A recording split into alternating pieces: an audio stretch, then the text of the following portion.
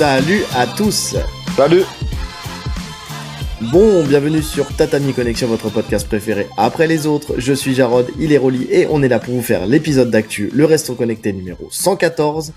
Cette semaine, pas mal de choses intéressantes à dire. Alors, il y a pas mal d'annonces de fight qui ont été faites. Dommage. Dana White nous avait annoncé la sortie de fight pour la Maison Blanche, mais malheureusement, c'est toujours pas le cas. Ça sera après. Est-ce que ça sera fait dans cette ouais, c'est comme d'hab. Ouais, c'est dès qu'on aura fait ce podcast, il va les annoncer. C'est vraiment un bâtard. Je pense qu'il a notre planning. Je crois que c'est ça. C'est sûr, il le fait exprès. Ouais, il veut nous plomber ce petit bâtard. Donc voilà, mais sinon pas mal d'annonces de fight, donc que ça soit pour l'UFC, que ça soit pour le PFL. On a aussi, d'ailleurs, il y en a un que j'ai pas rajouté qui est sorti là hier, c'est Taylor Lapillus. Il va falloir qu'on en parle quand même. On a du Pereira qui cède son titre, donc on a une ceinture vacante qui sera défendue, enfin qui sera en tout cas tentée d'être prise par Jiri Prochaska ou Hülberg, on va en parler. On a des gens qui veulent changer de catégorie, il y a plein de choses. On a du RAF aussi, avec Tsaroukian qui a encore fait parler de lui. On a de la boxe anglaise. Bon, bref, il y a plein de choses à dire. On va essayer de condenser un peu tout ça parce que en fait c'est une actu qui est très chargée, hein. Il y a des semaines pauvres, mais c'est pas le cas cette semaine. Donc c'est parti. Et avant de commencer, notre partenaire du moment, Import Fight. Donc cette chaîne de matériel et textile qui est orientée sport de combat, que ça soit grappling, boxe, MMA, il y a des marques qui ne sont vendues en France que sur cette plateforme. Donc que ça soit Hit and Move, Primo, Corner ou Pitbull West Coast, ce sont des marques qui sont stylées, qui sont différentes des autres, qui sont de qualité. Donc voilà, si vous voulez être stylé, ne pas avoir les vêtements ou le matériel que les autres ont, écoutez, ça se passe sur Import Fight. Avec le code TATAMI10, vous avez 10% de réduction sur tout le site. Donc n'hésitez pas. On va commencer avec la personne du moment, puisqu'elle va combattre ce week-end, Oliveira, qui va affronter Max Holloway, donc pour la ceinture BMF ce week-end, et qui anticipe déjà la suite potentielle. Il fait déjà son chemin, il se projette. On sait à quel point quand on se projette avant un combat, c'est jamais bon signe, mais en tout cas il se projette et il parle même de pourquoi pas descendre de catégorie. Alors ça c'est ça qui m'intéresse le plus parce que bon, sa suite en 70, je me dis bon, ok, normal, hein, qui se projette un petit peu. Mais en tout cas la suite en 66, tu vois, je l'avais pas vu venir. Je t'avoue. Donc on va lire un petit peu ce qu'il a dit là-dessus. Parfois, je pense à parler aux dirigeants et descendre en moins de 66, mais je ne sais pas si je peux encore faire le poids. Moi, je peux répondre à ta question. Je ne sais pas. Je pense que monter en 77 serait plus facile. Je ne suis pas sûr de pouvoir encore faire 66 kilos. S'il y avait un combat contre Conor McGregor, ce serait génial pour ma carrière et mon héritage, mais pour l'instant, je me concentre uniquement sur les poids légers. Dans cette déclat, il y a tout. Il y a tout et rien. Il y a tout et rien. Gagner maintenant et avoir une chance pour décrocher le titre. Je pense pouvoir atteindre les 66 kilos. Si c'est pour le titre, je ne sais pas si c'était un rêve ou le fruit de mon imagination. Je gagne la ceinture BMF maintenant. Je combats pour le titre des poids légers à la fin de l'année. Puis j'abandonne les deux titres et je descends en 66 kilos pour disputer cette ceinture. Mais je ne sais pas si je rêvais ou si je perdais la tête. On verra bien. Écoute, je pense qu'il a commencé le cutting trop tôt. Il a un petit peu de divagation. Le mec, il est sur sa planète, là. Il y a la réponse dans sa phrase, en fait. Il perd la tête. Il perd la boule, hein. C'est catastrophique. Enfin, je sais pas si c'est moi qui comprend pas où il veut en venir ou si c'est lui qui est pas clair, mais en tout cas, j'ai l'impression que il évoque tout et rien. Il évoque la descente en 66, il évoque la montée en 70, il évoque un combat contre Conor, il évoque des défenses, des libérations de titres, de rêver d'un titre en 66. Alors, on sait que par le passé, il a tenté de faire une carrière en 66. Ça se passait pas très bien, il est descendu en 66, il a fait 7 victoires pour 4 défaites. Donc il est positif en 66, mais bon, c'était pas là où il était le meilleur. Il est monté en 70, ça l'a conduit au fait d'être champion. Donc c'est très bien. Ben tu vois, il a fait sa carrière, c'est là où il est devenu la star qu'il est aujourd'hui, c'est grâce aux 70 kilos. Écoute, je vois pas l'intérêt, je comprends pas.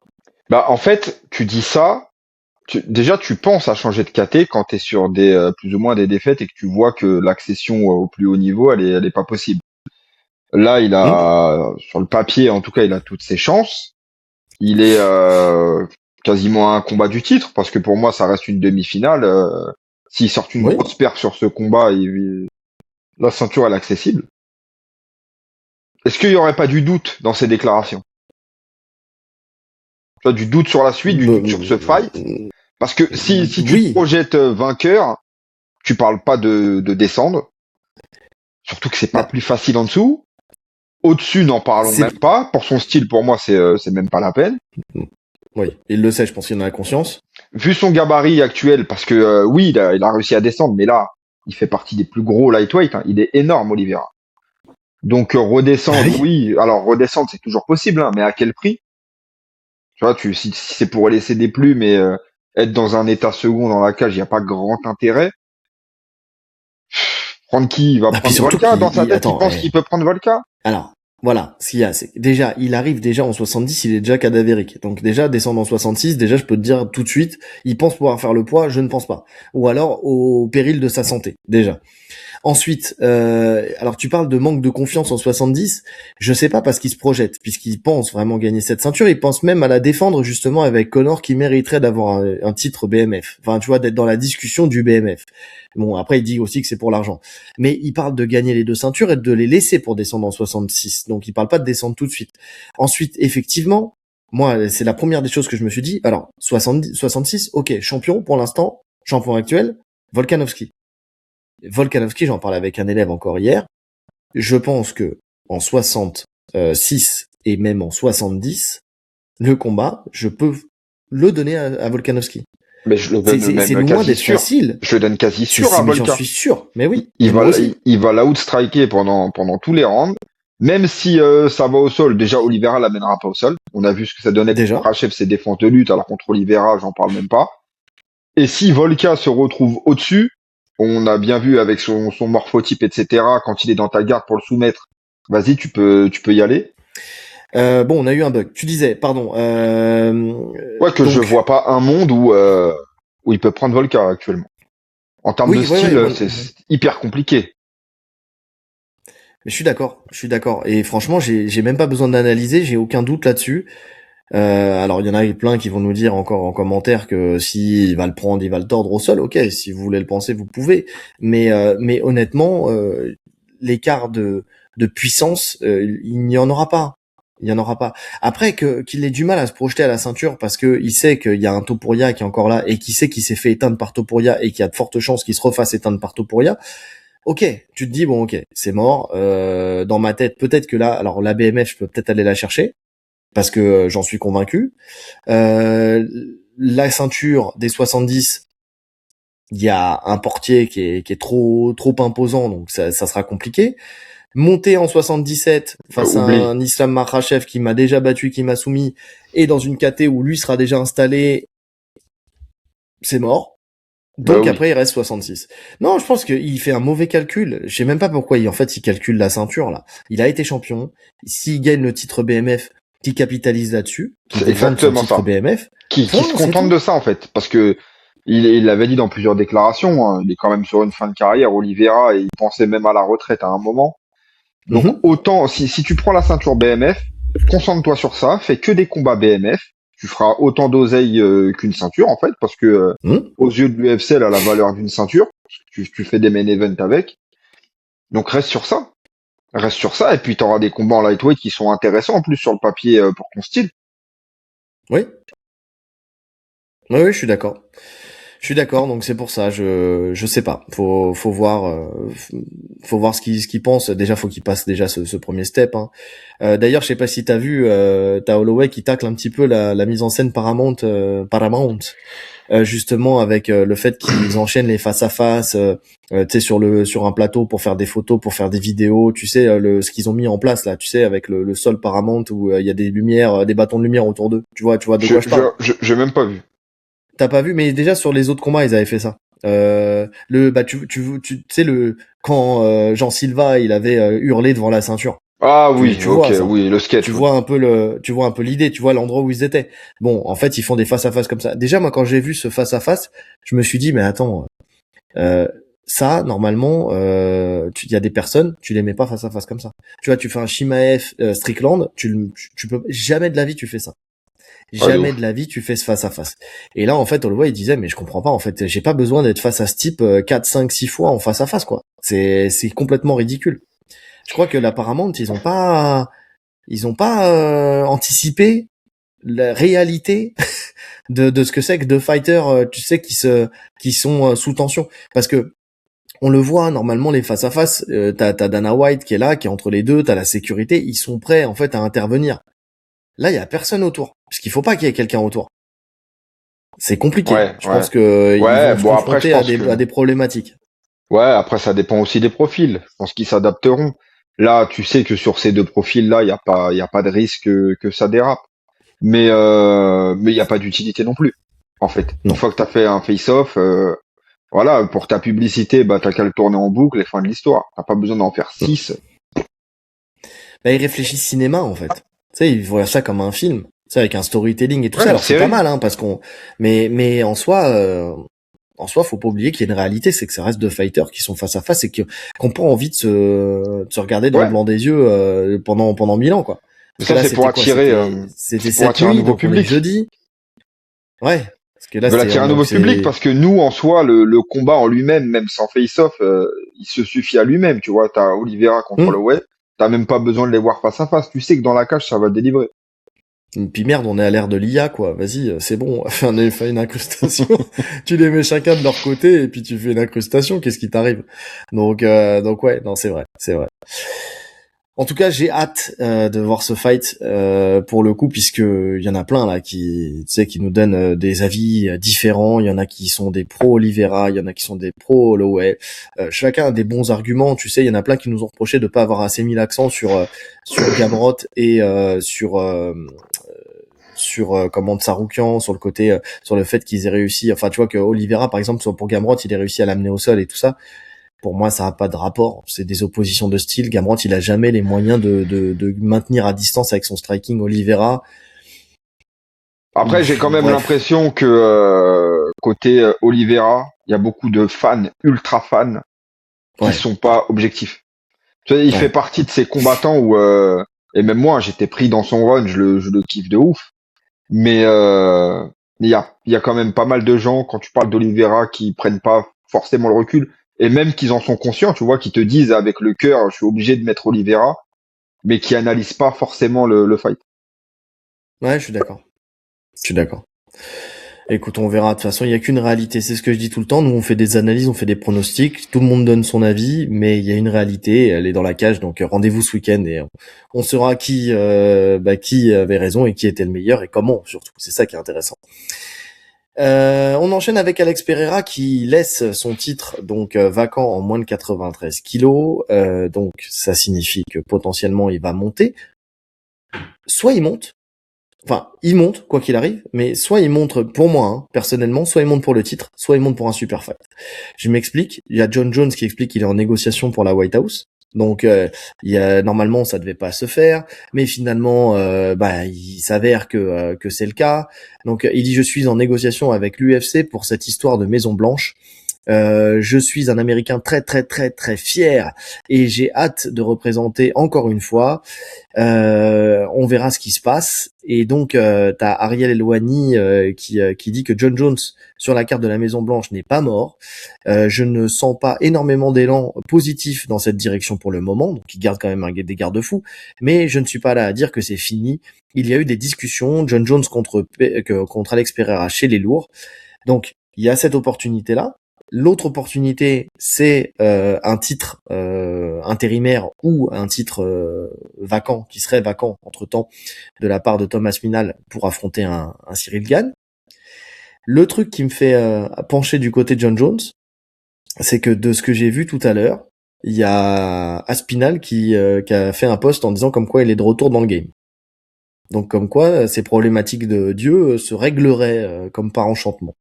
Ah ouais? Je te l'ai dit ou pas? Je te l'ai pas dit ou pas qu'il s'est C'est fait une magique. opération laser des yeux, comme ça, il justifie le truc, et puis après, comme là, d'un coup, d'un seul, ouais, non, c'est bon, finalement, j'étais presque aveugle, mais je pouvais pas serrer une main, mais je reviens. Non, mais en plus, il y a une déclat d'Oliveira aussi qui va dans ce sens, où il dit que Pereira n'affrontera pas Gann, que c'est plus gros ce qui se prépare. Et plus gros, bah, ça peut être que John Jones, hein, en poids lourd. Ou Derek Lewis, ou tu y vas, c'est plus gros aussi. Ouais, c'est plus gros, mais dans un autre sens. Donc ouais, non, mais je suis d'accord. Écoute, qu'est-ce que tu peux faire de mieux de toute façon? C'est ce qu'on avait dit depuis le début. Hein. Si tu veux un gros fight, moi personnellement, un énorme fight pour la Maison Blanche, c'est Jones Pereira. Bien sûr, depuis le début, je le dis, il n'y a pas d'autre. Tu sais, dans tous les fights que je vois, le plus gros fight que je vois, je parle en termes de médiatisation, c'est ce fight-là. Non, Deux pas immenses d'accord. stars. Non, il y a plus gros. Pour moi, Makhachev Topuria, c'est au ouais, Makhachev Topuria, c'est au Oui. Ah oui, non, d'accord, ok. Non, je suis d'accord avec toi. Je parle hors ceinture. Ah, en super fight? Ouais, oui, clairement.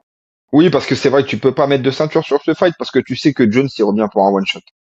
Et ça serait encore plomber la KT si tu mettais une ceinture en jeu, parce qu'ils peuvent très bien mettre la ceinture intérimaire en jeu. Hein. Mais Hmm. il y a aucun intérêt, en fait, parce qu'en plus, Jones Ouais, ouais. part favori, il gagne, il se barre. Ah, il y a encore une KT, la KT redevient morte. Ça sert à rien. Non, mais de toute façon, Jones, je te l'ai dit, sa sortie, elle s'est faite de manière dégueulasse. Il est arrivé, t'as Dana White qui était venu tu sais, dans un coin d'interview, de conférence, il a dit ouais, en fait, c'est fini. Mais tu peux pas faire finir un John Jones sur un ouais, bon, en fait, ça y est, il a pris sa retraite, on n'en parle Hmm. plus. Non, c'est pas possible. C'est pas possible. Et même pour un Pereira, même s'il a annoncé sa retraite sur ce fight-là, ce qui serait possible aussi, hein, il a fait ce qu'il avait à faire dans le MMA, il y a pas de souci. Surtout s'il souhaite passer en anglaise un jour ou l'autre, il faut pas que ça tarde trop non plus. Les deux peuvent se dire c'est notre dernier fight.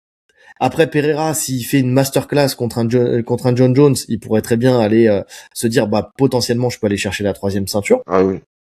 Mais s'il se fait rouler dessus, c'est possible qu'il s'arrête. Personnellement, je pense qu'il va se faire rouler dessus. Je pense aussi. Franchement, je pense aussi. Je vois difficilement le scénario autrement. Mais écoute, moi sur le papier, alors en tant que spectateur, j'aurais préféré, je préfère qu'ils nous annoncent Pereira contre Gann parce que je trouve le match plus compétitif et plus intéressant. Hmm. Mais je comprends aussi le côté grand public et le côté star power des deux. Et oui, c'est un bien plus gros fight, Jones Pereira. Surtout en fait, voilà, je pense ils ont besoin d'Américains. Tu sais, ils peuvent dire Ouais. ce qu'ils veulent sur John Jones, etc. Ils ont besoin d'Américains et surtout ils ont besoin que les Américains gagnent. À la Maison Ouais. Blanche, ils vont avoir besoin que les Américains gagnent. Ils peuvent pas se permettre de mettre des Américains qui se font rouster sur toute la soirée. C'est pas possible. En mettant Jones, tu te mets quand même de grandes chances de côté de repartir avec une victoire importante. Bah, je suis d'accord. Je suis d'accord. Après, oui, j'aurais préféré Pereira Gann. Maintenant, si tu m'assures que, en fait, c'était à la condition qu'il n'y ait pas de retour d'Aspinal. S'il y a un retour d'Aspinal, je veux un Gann Aspinal. Je veux voir ça. Je Ouais, veux oui, voir un oui, oui. Aspinal, bad boy, méchant, qui a décidé de plus être gentil dans la cage. C'est vrai. C'est vrai que s'il Qui revient va là, ouais. combattre avec des fourchettes dans les yeux, tu vois. C'est lui qui va les mettre, les fourchettes dans les yeux. Je préfère voir ce fight-là, personnellement. Mm. Parce que comme ça, en plus, ça donne une légitimité bien plus grande à Gann, qui s'il prend la ceinture, il prend la ceinture au champion, et il prend pas la ceinture à un mec qui vient d'en dessous. Tu vois, parce que, encore une fois, tu sais, le problème, là, c'est que là, si tu faisais ça, Gann, il se retrouvait encore une fois dans une situation où il prenait peut-être un titre intérimaire, ce qu'il a déjà eu. En plus, contre un mec qui monte de catégorie, qui a pas fait ses preuves en lourd. Donc, forcément, il y aura toujours ce bémol. Tu vois? S'il doit prendre la ceinture, je préfère qu'il la prenne au véritable champion.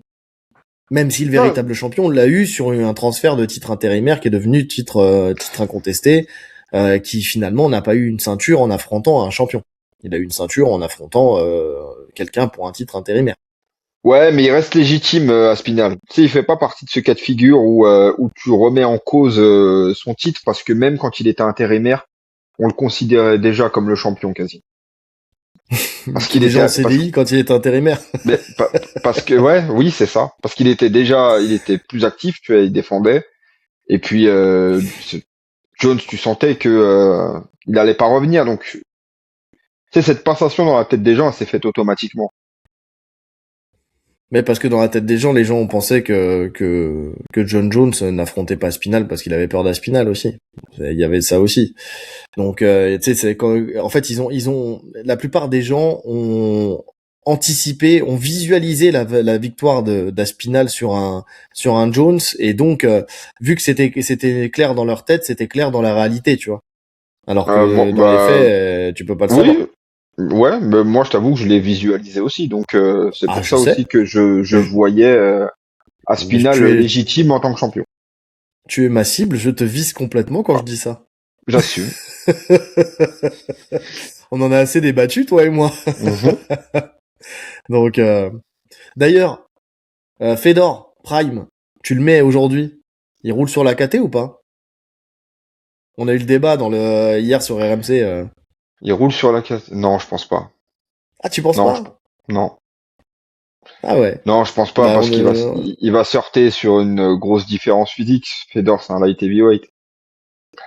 oui, alors on parlait de ça, mais je pense que techniquement, il aurait pu y aller quand même. Avec son côté complet, je pense qu'il peut le faire. En règlement, alors sur un ring, règlement Pride, oui, ça change tout. C'est un autre sport. Ok, intéressant. Ça, c'est pour ça qu'il faut que tu viennes sur RMC avec moi, tu vois, tu vois, t'auras apporté d'autres éléments. Ouais, non, ça change tout. D'ailleurs, hein, allez checker l'épisode qui est sorti donc hier, où on retrace avec Baba et Charles Chevalier l'évolution du grappling dans le MMA de ses débuts jusqu'à aujourd'hui. Donc n'hésitez pas, donnez de la force, mettez des commentaires, des pouces bleus. Donc c'est cool, et puis surtout découvrir l'épisode, parce que franchement j'ai passé un bon moment, c'était super intéressant, et d'un point de vue historique, d'un point de vue culture, un peu de technique. Franchement, on a essayé de tout retracer en 1h20. Donc allez voir ça, et franchement, voilà, donnez de la force. Si vous voulez nous voir un petit peu plus sur des chaînes comme RMC, il faut aller bombarder les commentaires, et puis me expliquer à quel point vous êtes content de nous avoir vus sur ces chaînes-là. Donc comme ça nous ouvre quelques portes. Donc n'hésitez pas. Parenthèse fermée, le titre donc est vacant. Donc on verra ce que l'UFC nous annonce, mais en tout cas voilà, il fallait qu'il y ait un fight pour un nouveau titre en 93 kilos. La logique d'un Jiri Prochaska me choque pas, puisque de toute façon on Mhm. sait que sorti de Pereira, c'est lui qui règne un petit peu sur la catégorie.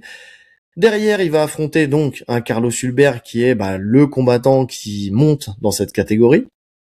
Donc ça sera l'UFC 327.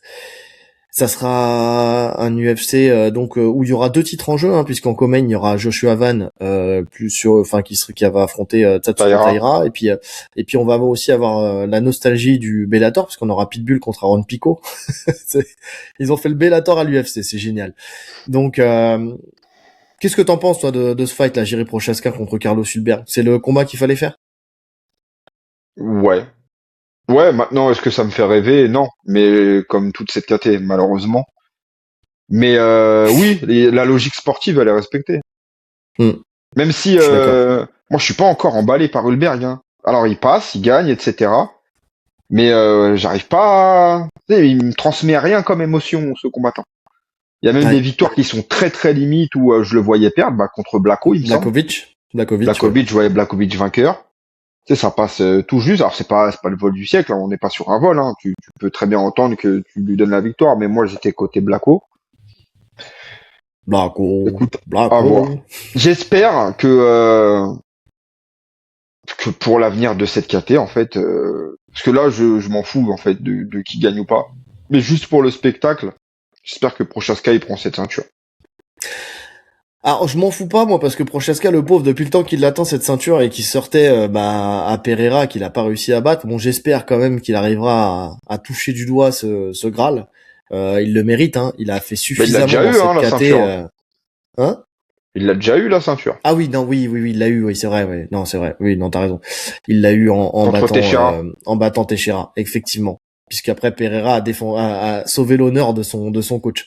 T'as raison. C'est vrai, tu vois, ça remonte tellement à loin Mm. que j'en avais même zappé le truc, quoi. Non, mais bon, qu'il la récupère, en tout cas, voilà, pourquoi pas. Et surtout que Carlos Hulberg, effectivement, tu vois, si je veux voir un champion qui va me donner un peu de hype dans cette KT, je préfère voir un Prochaska qui défend sa ceinture plutôt qu'un Carlos Hulberg, en fait, tout simplement. Ouais, moi aussi. Donc bon, et après Joshua Van contre Tatsuro Taira. J'aime bien aussi. Bon, ça me va aussi. Surtout si Pantoja ne revient pas tout de suite, il fallait bien qu'il défende la ceinture. Hein, ça sert à rien d'attendre pendant 1000 ans. Ce que j'espère juste, c'est que Joshua Van passe, parce que j'espère quand même avoir cette petite revanche. C'est juste ça. Donc. Ouais, mais c'est un combat sur le papier, c'est intéressant. Taira, c'est fort. Hein. Non, franchement, c'est un bon combat. C'est un bon combat.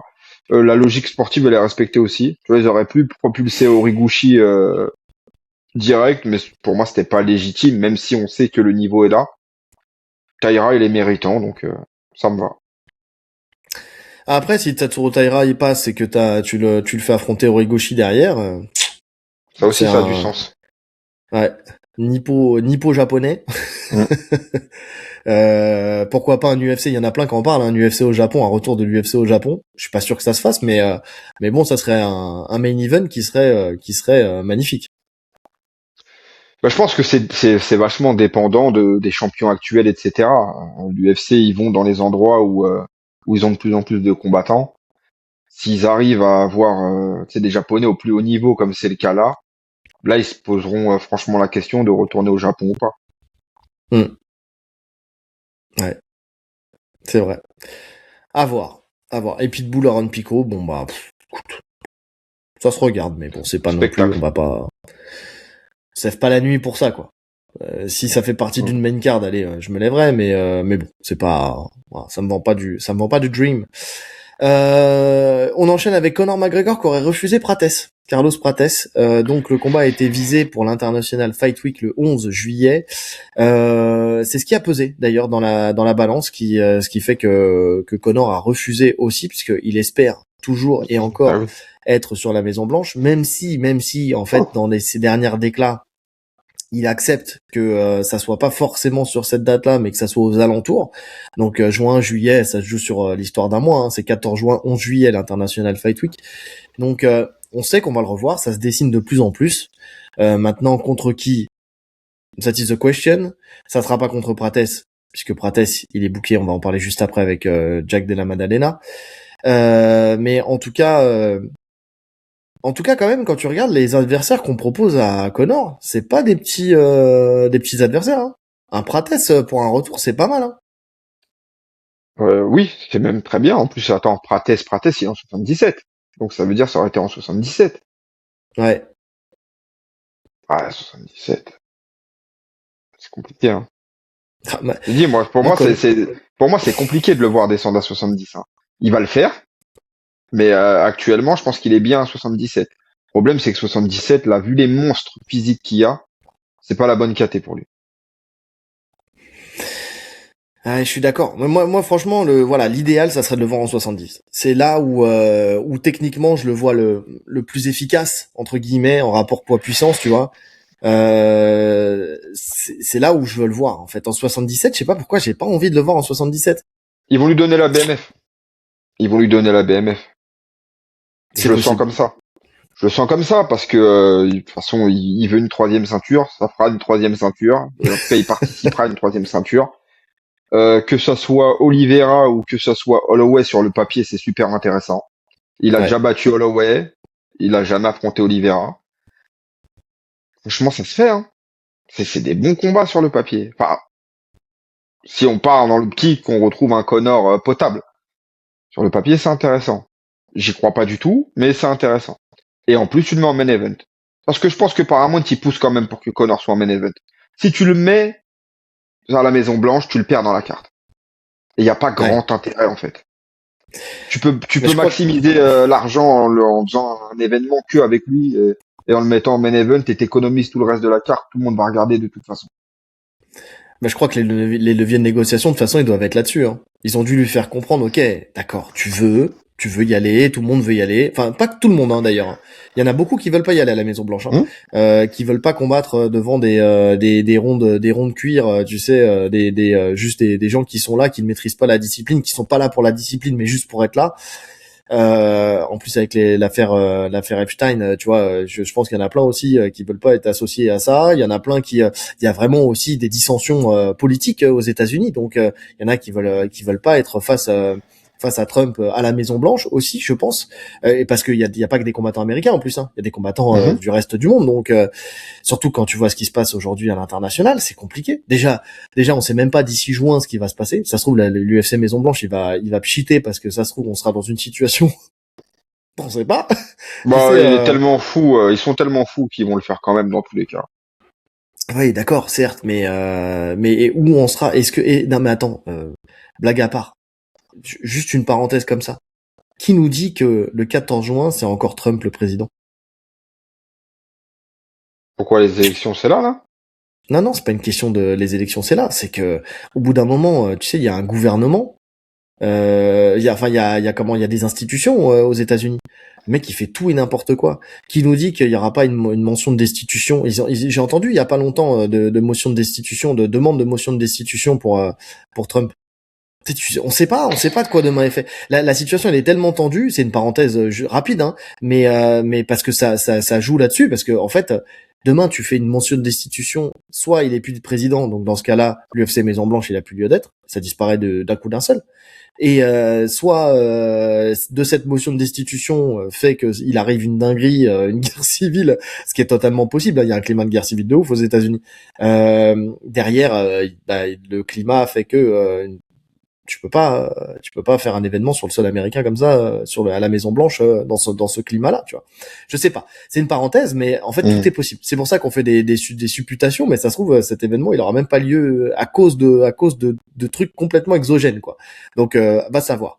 Mais bon, bref, en tout cas dans les leviers de négociation, effectivement, je pense qu'ils ont dû promettre à Conor le remettre dans le droit chemin en fait. Lui dire attends, Conor, t'es un mec à faire des main events, qu'est-ce que tu nous racontes là? Qu'est-ce que tu veux être en prélim sur une carte comme ça, alors que tu peux faire l'International Fight Week qui est l'un des plus gros événements de l'année, où tu seras en main event, et en plus pourquoi pas comme tu dis, et c'est vrai, pour une BMF, parce que dans la temporalité on serait parfaitement dedans, contre Holloway ou contre Oliveira. Et aucun des deux refuse. Hein. Aucun des deux refuse un combat contre Conor. Jamais de la vie. Jamais d'avis. Parce qu'Holloway, il a une revanche à prendre. Et Oliveira, ça fait tellement longtemps qu'il appelle à ce combat-là. Il l'appelait déjà bien avant là. Là, il le dit encore. Qui voudrait laisser justement sa chance à Conor, qui serait le vrai BMF, entre guillemets. Et c'est vrai qu'il colle toutes les cases. Il coche toutes les cases de la BMF, Conor. Ouais. Ouais. Bah, en tout cas, on peut déjà dire que il sera pas sur la Maison Blanche. En tout cas, je le sens de plus en plus. Hein. Ouais. De toute façon, je te dis, les déclats qu'il fait, il nous fait comprendre qu'il y sera pas. En fait, il désamorce le truc petit à petit, il le dit pas de but en blanc, parce que c'est quand même un truc, quand t'es une star comme Conor et que t'obtiens pas ce que tu veux, tu sais, c'est toujours un peu délicat. Même si on a compris depuis longtemps qu'il n'obtenait plus ce qu'il voulait. Sinon, ça ferait longtemps qu'il combattrait et on serait pas dans cette situation. Parce qu'il avait demandé à un moment à combattre 3 fois par an. S'il était encore dans les grâces de l'UFC, il l'aurait fait. Ils l'ont juste mis au placard. Et puis voilà, quoi. Mais bon. En tout cas, à voir. Ça lui laisse un mois de plus pour se préparer, de toute façon. En tout cas, ce qui est bien, par contre, c'est que s'il combat pour la BMF, ça sera en 70. Donc ça lui laisse aussi un peu plus de temps pour redescendre. 70 ou 77, hein. Ils peuvent très bien le faire à 77. Hein. Ouais. Ouais, mais encore une fois, ça serait un 77 artificiel, quoi, parce que les deux autres, ils sont pas... Ouais. Ça sera un 77 artificiel. Mais ça permettrait aussi à la ceinture de monter d'une KT. Ouais. Ou un catch weight. Non, parce que, de monter d'une KT à la condition que Conor gagne. Hein. Si elle gagne pas, elle redescend 70, là. Oui, c'est vrai. Oui. Donc bref. À voir. En attendant, JDM contre Carlos Prates, main event de l'UFC Perth le 2 mai. Oui. On l'avait dit, ça. Oui. Dans un podcast, on en avait parlé dans un podcast. Et je vois ça très compliqué pour JDM. Ça s'analyse, mais effectivement sur le papier, je sais pas, ça s'analyse. Franchement, ça s'analyse. Oui, alors bien sûr que ça s'analyse. C'est deux styles différents, mais il y a qu'à voir l'état de en quoi il prend 3 calves contre Islam. Sa jambe elle est morte. Quand tu vois les kicks de Prates Franchement, il y a quand même des chemins pour Prates qui sont clairs et évidents. Oui, Je le vois plus costaud. C'est dit, de toute façon, je me rappelle que après le combat de Makhachev, on avait dit la suite pour JDM elle va être compliquée. Là, les profils qu'il va affronter, c'est quand même très compliqué. je suis d'accord. Le gabarit sera à l'avantage de Prates, ça c'est sûr, ça je te l'accorde. Maintenant sur la gestion des kicks, il y avait un élément quand même contre Islam qu'il n'y aura pas contre Prates, c'est sur le La danger en lutte, ouais. lutte. Je pense aussi qu'il était moins mobile parce qu'il avait peur de se faire lutter, donc il était plus sur ses appuis, tu sais, même si c'est une connerie, hein, parce qu'en vrai il faut se déplacer quand t'es face à un lutteur, il faut tourner. Mais je pense qu'il avait cette crainte qui l'a un peu figé aussi, même sur sa boxe. On a vu qu'il a pas développé de boxe. C'est pour ça que je te dis, il faudra voir deux aspects. Est-ce que c'est le fait d'avoir eu un style complet face à lui comme celui de Makhachev qui a bloqué JDM, et donc là il va nous faire une masterclass à se déplacer et puis à rentrer sortir. Et là l'autre aspect, c'est quel état psychologique, dans quel état psychologique est JDM en fait. Est-ce qu'il a été brisé par cette défaite parce qu'on savait que on a vu que les déclarations post-fight elles étaient un peu compliquées, ou est-ce qu'il a pris le temps de se remettre, qu'il s'est remis en confiance et puis c'est parti. Tu vois, faut voir. Ouais, bon, ça, on aura la réponse que dans la cage, même si je doute pas qu'il se soit bien remis, tu vois. Mais il m'intrigue ce combat. Là, pour C'est le pour coup, c'est ça. un très très bon combat. C'est un très très bon combat. Avec deux styles, deux strikers, mais avec des styles opposés. T'as Mm. un Nakamura pur et t'as un mec de l'anglaise. Ouais. Ouais, j'aime bien. J'aime beaucoup. T'as un mec de l'anglaise en plus qui maîtrise le sol. Hein. C'est pas parce il s'est fait dominer Oui, bien sûr. par Islam Makhachev qu'il faut oublier que le mec le mec est bon au sol quand même. Hein. Tu sais parce Il est que même très on a bon au vite sol. on a cette culture de l'instant. Oui, en fait, il est nul parce qu'il s'est fait dominer par Makhachev. Non, c'est Non, juste tout que le monde se Makhachev fait il avait bien dominer fait par ses devoirs. Makhachev. Et puis il avait bien fait ses devoirs en plus. Tu sais, il avait complètement mis en place tous les tenants et les aboutissants pour décortiquer le style de JDM, ce qui sera pas le cas de Prates. Hein. Si s'il l'amène au sol, Prates, il va pas résister à JDM au sol. Donc c'est ça qui me plaît. C'est pour ça que je te dis, il est pas, ça s'analyse parce que et c'est ça qui rend le combat intéressant parce qu'il y a quand même des chemins pour JDM. Alors oui, Prates, il peut mettre KO n'importe qui, mais JDM, c'est une tête de pierre aussi. Hein. Ah, faut le mettre KO, JDM. Hein. Ouais, oui. Écoute, ça, pour le coup, j'ai hâte de faire l'analyse. Exactement. C'est ce que je te dis. Ça s'analyse. J'ai hâte. Et c'est un combat intéressant parce que, bon, après, ça se trouve, on va faire l'analyse et puis il y aura pas photo. Mais c'est vrai que tu sais très bien que ces combats avec incertitude, c'est les combats qu'on préfère. Mhm. Donc j'ai hâte aussi. Donc mois de 2 mai, ça nous laisse du temps. On analysera avec ça avec attention. Puis ça se passe à Perth, hein, ça se passe chez lui. Hein. C'est main event? C'est le main event. Et visiblement, ça serait aux Super. horaires en plus australiennes. Donc ça se trouve, nous, on va se taper un UFC le matin. Je crois que c'est ça, hein, le Je sais pas décalage. du tout. Je Je sais sais pas. plus. Mais en tout cas, bon, bah, déjà, on peut dire avantage à JDM d'un point de vue Ouais. horaire. Et 5 rounds, avantage à JDM aussi pour moi. 5 rounds. Hum. Ouais, c'est pour ça, j'ai à analyser. À analyser. Mais bon, tu vois, on se plaint un peu des fights et surtout des main events qui ont été annoncés là récemment. Celui-là, non, on peut pas s'en plaindre. Mm. C'est pas possible. Euh, on parle de montée, de descente, on parle de tous ces trucs-là. Il y en a une aussi auquel je m'attendais pas, c'est celle de Kamaru Usman qui évoque potentiellement, mais parce qu'on lui a proposé un retour en 84. Donc l'avenir avec Makhachev a l'air incertain, puisque c'était le combat qui était visé par les deux, mais visiblement c'est pas ce qui est en train de se dessiner. Pour une raison ou une autre, c'est ce qu'il dit. Nous avons eu des conversations, mais Hunter Campbell voit les choses différemment et Hunter Campbell est plutôt comme peut-être pas. Il veut aller dans une autre direction. Nous ne savons pas encore, ils n'ont pas annoncé. Islam va affronter ce gars ou Islam va m'affronter, mais ça a été un va-et-vient mouvementé. Donc bah déjà juste Topuria il est toujours sur le dossier hein, puisque Topuria, il a dit le scénario parfait pour moi serait de l'affronter en poids welter. De cette façon, je pourrais décrocher la 3e ceinture, ou un autre scénario idéal serait de combattre entre 70 et 77 kilos pour une 3e ceinture, enfin pour une nouvelle ceinture. Donc ça veut dire que je lis tout et puis après on en discute. Donc ça veut dire qu'il est encore dans la discussion quand même pour affronter justement Islam. Et il y a des opportunités en 84. Il dit le combat contre Islam était évidemment ce que je souhaitais. Pardon, je vais zoomer. Et ce qui, à mon avis, aurait été formidable, pas seulement pour moi, pas seulement pour Islam, mais cela aurait été une opportunité pour la compagnie. Cela aurait été formidable pour le monde entier de voir ça. Écoutez, on me sous-estime constamment. La seule chose dont je suis sûr, c'est que je suis honnête quant à mes capacités. Quand je dis que je peux encore performer à ce niveau-là, je le pense vraiment. On m'a proposé d'autres options comme Dricus Duplessis ou d'autres gars.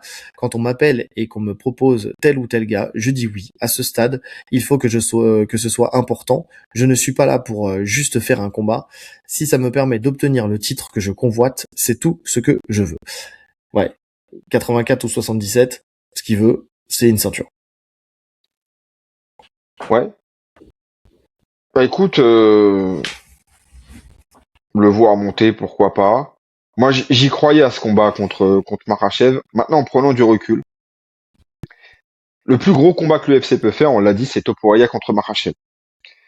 Faire combattre Makhachev actuellement contre n'importe quel welter, en fait, hein, que ce soit Ousmane, que ce soit Yann Gary, que ce soit Morales, même si Morales, potentiellement, on peut dire que le sol, et encore, on l'a même pas vu, je crois qu'il fait pas, il est pas dégueu au sol, Morales. Il est ceinture en judo. Ah, disons que le gabarit qu'ils ont, la puissance qu'ils ont, etc., t'es pas à l'abri de perdre. T'es pas à l'abri de perdre. Même si, techniquement, sur le papier, t'es au-dessus, on est quand même dans une caté où c'est des monstres physiques et qui ont l'avantage, justement, du physique contre toi. Donc, si tu veux minimiser les risques, tu laisses Topuria revenir contre Justin Gaethje, là. Parce que il lui faut, je pense qu'on a besoin de voir un combat de Topuria avant d'affronter Makhachev. Et puis de toute façon, tu peux pas il faut unifier les ceintures. Tu peux pas laisser une ceinture intérimaire comme ça, tu vois, c'est nul. Tu unifies les ceintures. Si ça se passe bien pour Topuria, t'enchaînes direct Makhachev Topuria. Et tu minimises les risques de perdre entre temps, en fait. Oui. C'est ce que je pense aussi, hein. C'est ce que je dis depuis le début. Moi, pour moi, j'y crois sincèrement dans ce combat. Alors, quand il parle d'une ceinture entre 70 et 77, il parle pas forcément d'une ceinture avec une nouvelle catégorie, mais une ceinture un peu champion pound for pound, un peu ce que t'avais dit. Tu sais, t'avais évoqué une ceinture vraiment sur un one shot. Pourquoi pas en tout cas. Moi, j'adorerais ça. Hein. Franchement, pour moi, ça serait le meilleur compromis. Parce que comme je t'ai dit, pour moi, il est désavantagé Topuria 77. Donc l'affaire à 73-5, ça serait l'idéal. Après, le vrai challenge quand même, ça serait d'avoir une vraie ceinture. Parce que dire d'être triple champion, si t'es triple champion avec une ceinture en bois, quel est l'intérêt? Pour lui, il vise quand même le côté historique, le côté marquer les esprits et marquer l'histoire. Personne n'a pris 3 ceintures à l'UFC. Donc, si c'est le premier, il se place tout de suite dans une discussion des plus grands all-time de l'UFC. Oui. Non, c'est vrai que s'il le fait, la performance, elle est dingue. Après, cette KT entre les 70 et les 77, ça fait, tu sais, c'est un peu la licorne. Tout le monde en parle tout le temps et il y en a qui croient, il y en a qui croient pas. Plus de 10 ans qu'on en parle. Mais oui, pourquoi pas la faire à un moment ou à un autre. Et dans ce cas-là, ça serait le premier champion de cette KT, qui serait en fait finalement, et c'est là où ça serait intéressant, parce que là j'étais en train de me faire mon petit calcul dans ma tête qui est pas bien compliqué, c'est du calcul de maternelle.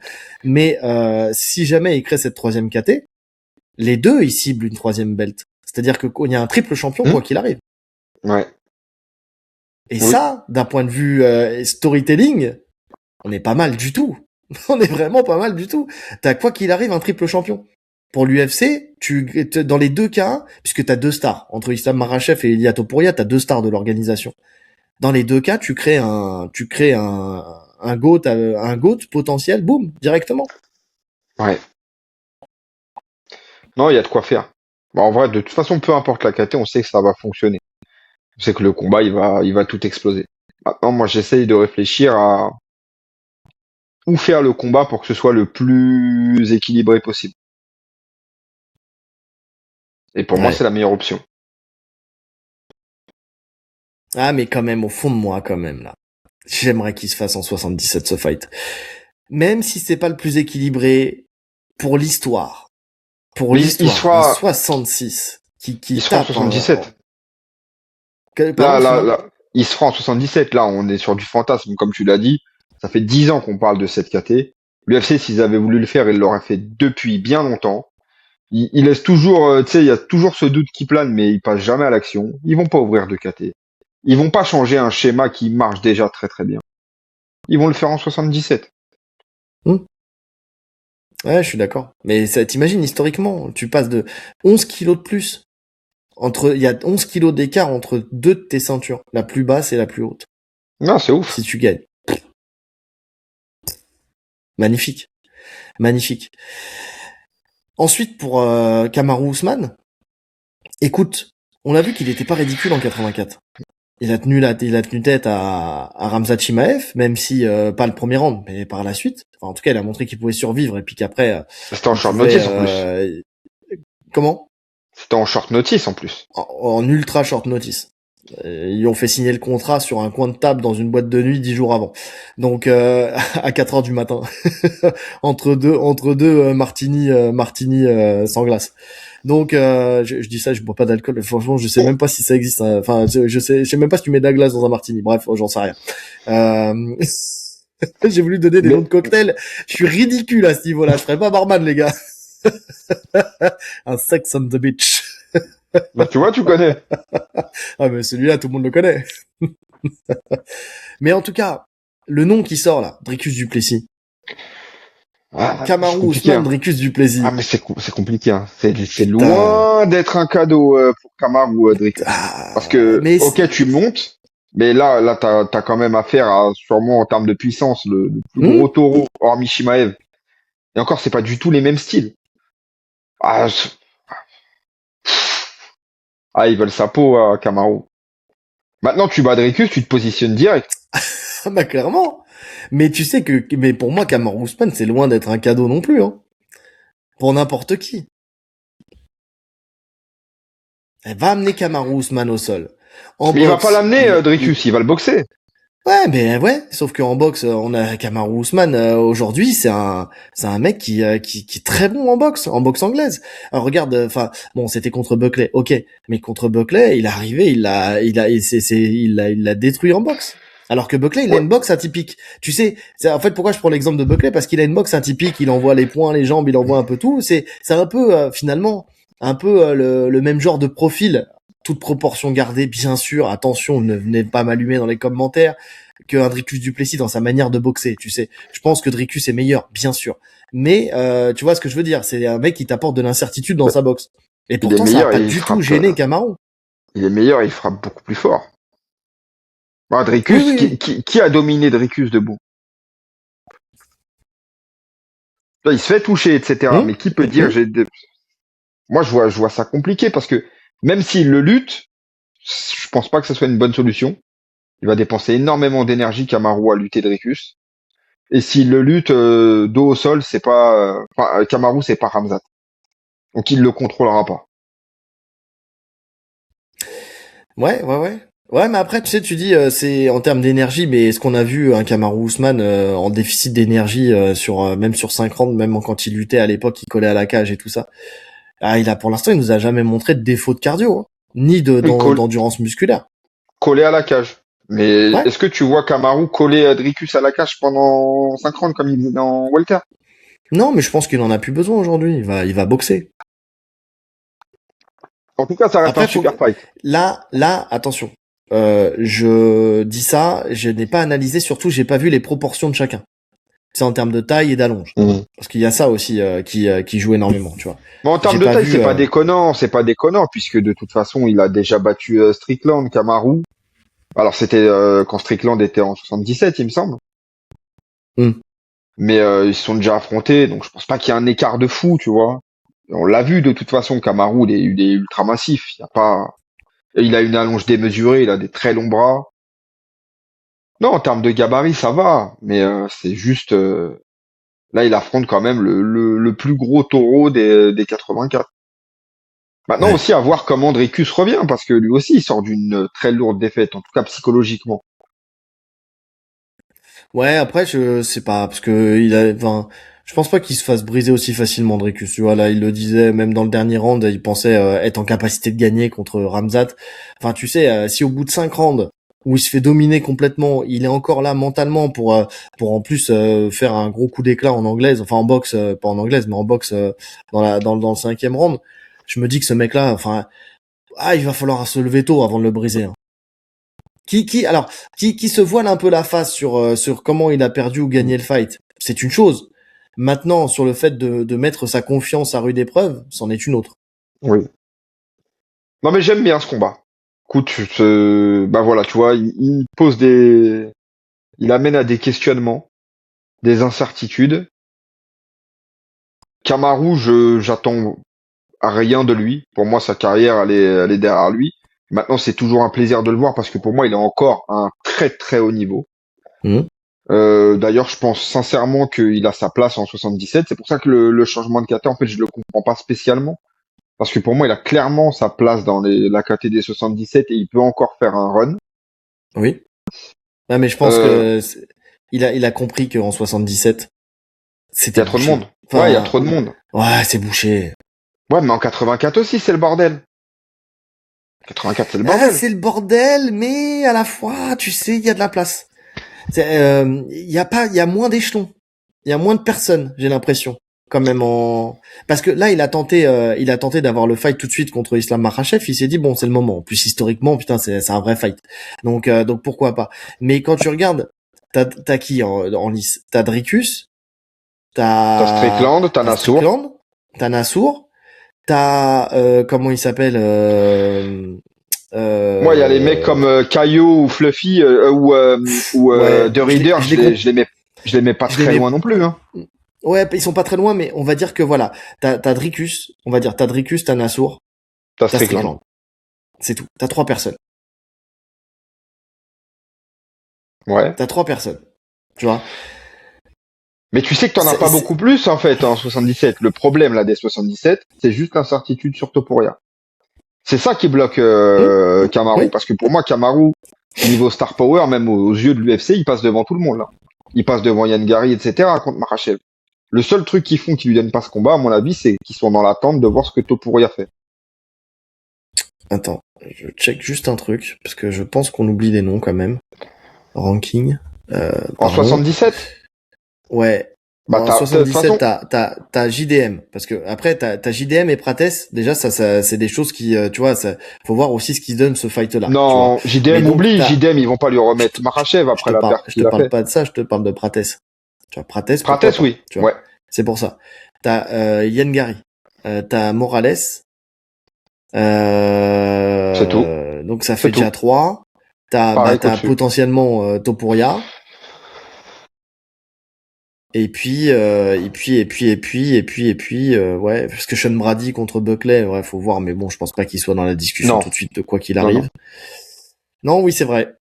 Et puis si, t'as peut-être un potentiel, tu sais, cheveux sur la soupe avec un retour quand même, parce qu'on sait pas combien de temps ça va durer, toutes ces histoires-là, mais tu sais, d'un, Il reviendra pas. ouais. Il va se reblesser, il va se reblesser, on a oublié son prénom, même. Ah! Shafkat. Shavkat Rakhmonov, mais non, toi t'as oublié son prénom, moi je le savais. Ah non, mais c'est trop, là, Shafkat, laisse tomber. De toute façon, même s'il revient, il aura besoin d'un combat, il faudra un combat de retour, donc il y a de la marge. Attends. Je suis en train de regarder le classement là. Dricus Duplessis, Ouais. il est classé combien?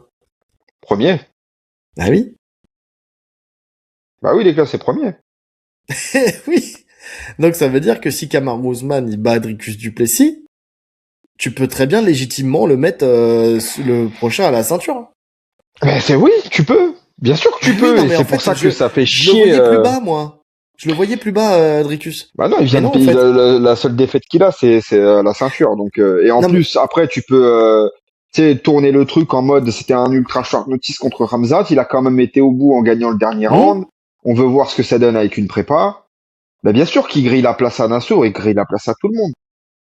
Non, mais c'est ça, parce qu'en fait, tu sais pourquoi je le voyais plus bas? Parce qu'en fait, on parle tellement pas de lui en ce moment que je le mettais même plus dans la discussion. Enfin, pas tout de suite, en tout cas. Puisqu'on parle de Strickland, on parle de Nassour. Moi, pour moi, c'était limite un Nassour, deux Strickland et trois Dricus. J'en sais rien, je dis une bêtise. Hein. Tu sais, mais mais en fait, c'est dans notre inconscient collectif. Mais ouais, effectivement. Ouais, c'est parce que Caio Borraio. Alors là, il affronte Régnier des Readers aussi. C'est vrai Ouais. que ça aussi, ça peut avoir une incidence, hein, les deux. Mais bon, ça sera pas eux tout de suite. Non, puisque les deux Puisque ont là, on perdu parle de de toute 7 et façon. 8. Hein. Puis on parle de 7 et 8 en plus. Donc, intéressant ce combat. Hein. Très intéressant. Très intéressant ce combat. Donc à voir. À voir, mais c'est intéressant. Et Ramzat Chimaev, tout dépend de ce qui se passe derrière, puisque lui, visiblement, Nassour, on n'en parle plus. Hein. Il attendrait Strickland. Ah, c'est ce qui est en train de se dessiner. Donc, en fait, il y a quelqu'un parce que on va parler après du RAF, mais tu sais, il a call out Colby Covington au RAF. Et il y a quelqu'un qui lui a écrit sur les réseaux sociaux, mais n'es-tu pas blessé? Point d'interrogation. Et il a répondu non, j'attends Strickland, parce qu'il y avait des rumeurs comme quoi il était blessé. Oui, Donc bah non, c'est j'attends Nassour en Strickland. plus qui avait dit ça dans une déclat, il me semble. Que Ouais, justement ça pouvait pas se faire là parce qu'il était blessé au pied ou quelque chose comme ça. ouais. Et ben en fait, Ça dépend de qui lui pose la question en fait. ça dépend qui lui pose la question. Ouais, c'est ouf, hein. Donc tu vois, on parle, mais en fait, c'est même pas l'UFC, ça se trouve qu'il va faire le choix, c'est peut-être même juste lui qui va le faire. On l'a dit depuis le début, de toute façon, il veut pas affronter Nassourdine. Pour X ou Y raison, hein. Que ça soit pour des raisons communautaires ou que ça soit pour des raisons de style, même si j'ai un peu plus de mal à y croire pour la question de style. Non, pour Mais le coup, je pense vraiment que l'un comme l'autre, hein. Je pense vraiment que ça leur tient à cœur ce truc de communauté, de pas s'affronter. Je pense que vraiment tu sais, quand ils parlent de ça, quand ils mettent ça en avant, c'est pas du pipeau. Tu sens que oui, c'est oui, pas oui. quelque chose pour se cacher et pour pas s'affronter. Je pense vraiment que s'ils doivent s'affronter, ça sera vraiment au dernier recours. Alors Nassour, c'est lui qui attend la ceinture, donc c'est logique qu'il veuille plus ce combat. Mais c'est vrai que Ramzat, s'il a le choix, je pense qu'il prendra toujours l'autre option. Ouais. Ouais. Donc, écoute, hein, Nassourdine, il va encore devoir attendre. Et après, la question, c'est est-ce qu'il attend sans combattre ou est-ce qu'il combat en attendant, quoi. C'est une dinguerie. Franchement, là, c'est vraiment une dinguerie. Parce qu'en fait, Ouais. tu peux pas faire plus que ce qu'il a fait. Il a mis tous les Hmm. mecs, alors que déjà il était légitime depuis longtemps. Il a quand même pris tous les bourbiers que l'UFC lui a proposé. Il les a battus tous très nettement. Tu vois, il y a pas de doute sur ses victoires, voire même avec des finishes, notamment sur Adesanya avec un KO marquant. Je vois pas ce que tu peux faire de plus. Puis je vois pas qui tu peux lui donner derrière, pardon, excusez-moi. Je vois pas qui tu peux lui donner derrière parce que il a battu, enfin Strickland, bon bah lui s'il combat, voilà. Mais sinon, Brendan Allen s'est battu, Adesanya s'est battu. Fluffy, il vient de perdre, donc ça sera pas tout de suite. Caio Borraio, il l'a battu. Whittaker, il monte. Entre les deux, il y a Régnier de Reader. Alors, il faudrait sous-entendre que Régnier de Reader gagne contre Borraio, et dans ce cas-là, ça donne un intérêt au combat. Mais s'il perd contre Mais même Borraio, pas, il y a pas même d'intérêt. Non, pas. mais attends. Je parle du principe qu'il refera un combat en attendant. Tu vois, pour rester dans le move. Tu vois comment tu vends le combat, quoi. Donc, il faudrait que Régnier des Reader batte Borraio pour avoir un intérêt. Parce que refaire une revanche contre Borraio, il y en a pas. Jamais t'acceptes ce fight-là. Jared Cannonier, il l'a battu. Dolidze, il l'a battu. Paulo Costa, il monte. Alors après, on sait pas. Paulo Costa, il gagne. Visiblement, il lui donne... enfin, limite, ils le font grimper tout de suite. Ça lui fait un accélérateur tout de suite dans la caté qu'il veut. Mais bon, lui donner un Paulo Costa, quel intérêt. Puis après, derrière, on est beaucoup trop bas. Mais même ça, en fait, ça y est, il a tué le game. En vrai de vrai, après RDR, c'est tout ce qui lui reste. Et allez, Fluffy. Mais Fluffy, quelle légitimité quand tu viens de perdre. Zéro. Donc, c'est compliqué, hein. La situation de Nassourdine, elle est compliquée. Non, franchement, c'est bien relou. Franchement, limite, si l'UFC choisit Strickland pour affronter Shimaev et Kamaru il monte, mettez Kamaru Nassour plutôt que Kamaru C'est Dricus. C'est ce Là, que ça a de j'étais en la train de gueule me parce dire. que là, il y a un intérêt quand même. T'affrontes un ancien champion, une grosse Ouais, star. Ça peut ouais. te motiver et en plus, tu te prépares sur un profil quand même bon lutteur, très bon Hmm. lutteur même. Mais même ça, c'est du foutage de gueule. Mais tant qu'à faire, ça serait la meilleure option à faire. Alors, la meilleure option, ou alors effectivement, Nassourdine Dricus, pour qu'il lui prenne sa place numéro 1. Ouais, oui. Nassourdine Dricus, mais dans ce cas-là, Kamaru, bon, après on s'en fout, Kamaru c'est pas sa caté. Mais Mm. si, Nassourdine Dricus, ça peut être un fight à faire. Et là, bon bah si t'arrives à battre Dricus, là, je vois, là, à part frapper Dana White, je vois pas, Ah, mais je vois pas quel combat, tu vois, il faut faire de plus, quoi. ça reste du foutage de gueule parce que en fait, à chaque fois que tu montes une marche, il suffit que tu perdes. Tu vois, là, il est déjà arrivé au sommet, mais il suffit d'une défaite pour qu'il retourne tout en bas. Parce qu'il fait partie Ah de ces oui, profils-là, comme les Leon Edwards, comme les Belal, comme tous ces mecs qui ont dû combattre 10, avoir une série de 10, 12 victoires pour avoir une chance au titre. je suis d'accord. Je suis d'accord. Ou alors, ils ont la certitude que le combat se fait et que derrière, parce qu'ils parlent juste de une défense de titre, quoi. Donc, ils tapent Strickland, ou Strickland le tape. Bah, tu sais, enfin, gagne la ceinture. S'il Oui, gagne la ceinture, c'est parfait. S'il perd la ceinture, et ben, le prochain combat, c'est pour Nassourdine. Et dans ce je cas-là, suis tout d'accord, mais dépend, en fait, de, le problème, bah, c'est que Shimaev, tu sais très bien que c'est toujours inexact quand il revient. Ça peut prendre 6 mois, ça peut prendre 7 mois. Au final, au dernier moment, il peut te dire, hop, tac, je monte de KT. Donc en fait, t'as perdu encore un an. Et tu ouais, es ouais. resté un an sans combattre. En fait, Ouais, c'est je suis pas un d'accord. champion qui est constant, Shimaev.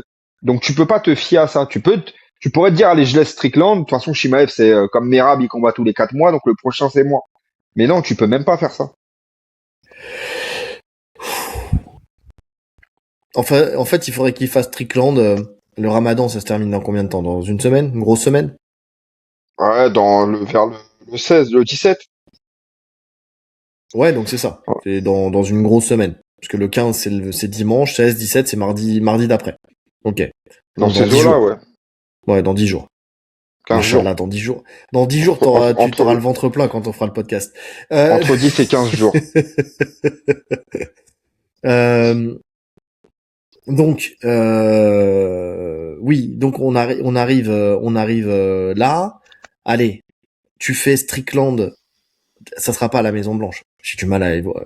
Strickland contre Shimaev à la Maison Non, Blanche, jamais. De toute façon, Strickland, j'ai il du veut pas mal à la y Maison croire. Blanche, il l'a dit. Il veut pas, de toute façon, quoi qu'il arrive. Mais bon, tu fais ça autour. On est quoi? Donc on sera en mars, mi-mars, avril, mai. Voilà, tu fais ça en mai, avril ou mai. Tu fais le fight. Parce que c'est Le possible, hein, combat, dans la attends, temporalité. le combat contre Dracus, il était dans quel pays? De Bonne question. Ramzat. Attends, je vais... Ouais, j'ai compris. Parce que Attends, je vais de dire ça tout de mémoire, là, est-ce suite. que Ramzat a combattu aux États-Unis depuis? Mais je crois que c'était aux États-Unis, hein. Mais attends, Il me je te semble dis ça aussi, tout. mais je veux être sûr. Je te dis ça tout de suite. Donc c'était le 319. Alors, est-ce qu'ils nous mettent l'endroit? Oui, c'était United States of America. C'était le Ok. 17 août. Par contre, ils disent pas où exactement. Ah, peu J'ai plus le importe, peu truc. importe. Mais ok, ça veut dire que oui, il combat aux États-Unis. Parce que s'il comptait uniquement combattre dans les Émirats Arabes Unis avec ce qui se passe actuellement, je pense que c'est compliqué d'organiser des événements pour le moment. Donc, mais s'il combat aux États-Unis, oui, ouais, Ouais, ça peut UFC se faire là. 319. UFC 319.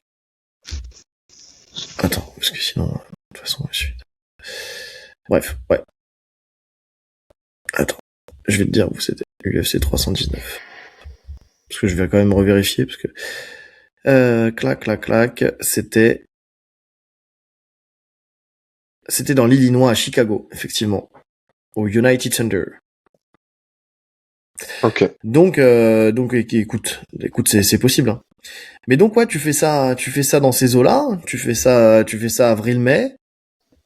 Après, mai, t'as Perth, mais bon, je pense que tu y as 2 numérotés par mois, en général, hein, sauf si ça change avec, attends, le 320, c'est où? C'est quand et c'est où? Le 300. Ah non, mais je dis une connerie. Non, mais attends, je suis resté sur l'UFC, Hmm. euh, On a quoi là? On va que jusqu'au 327?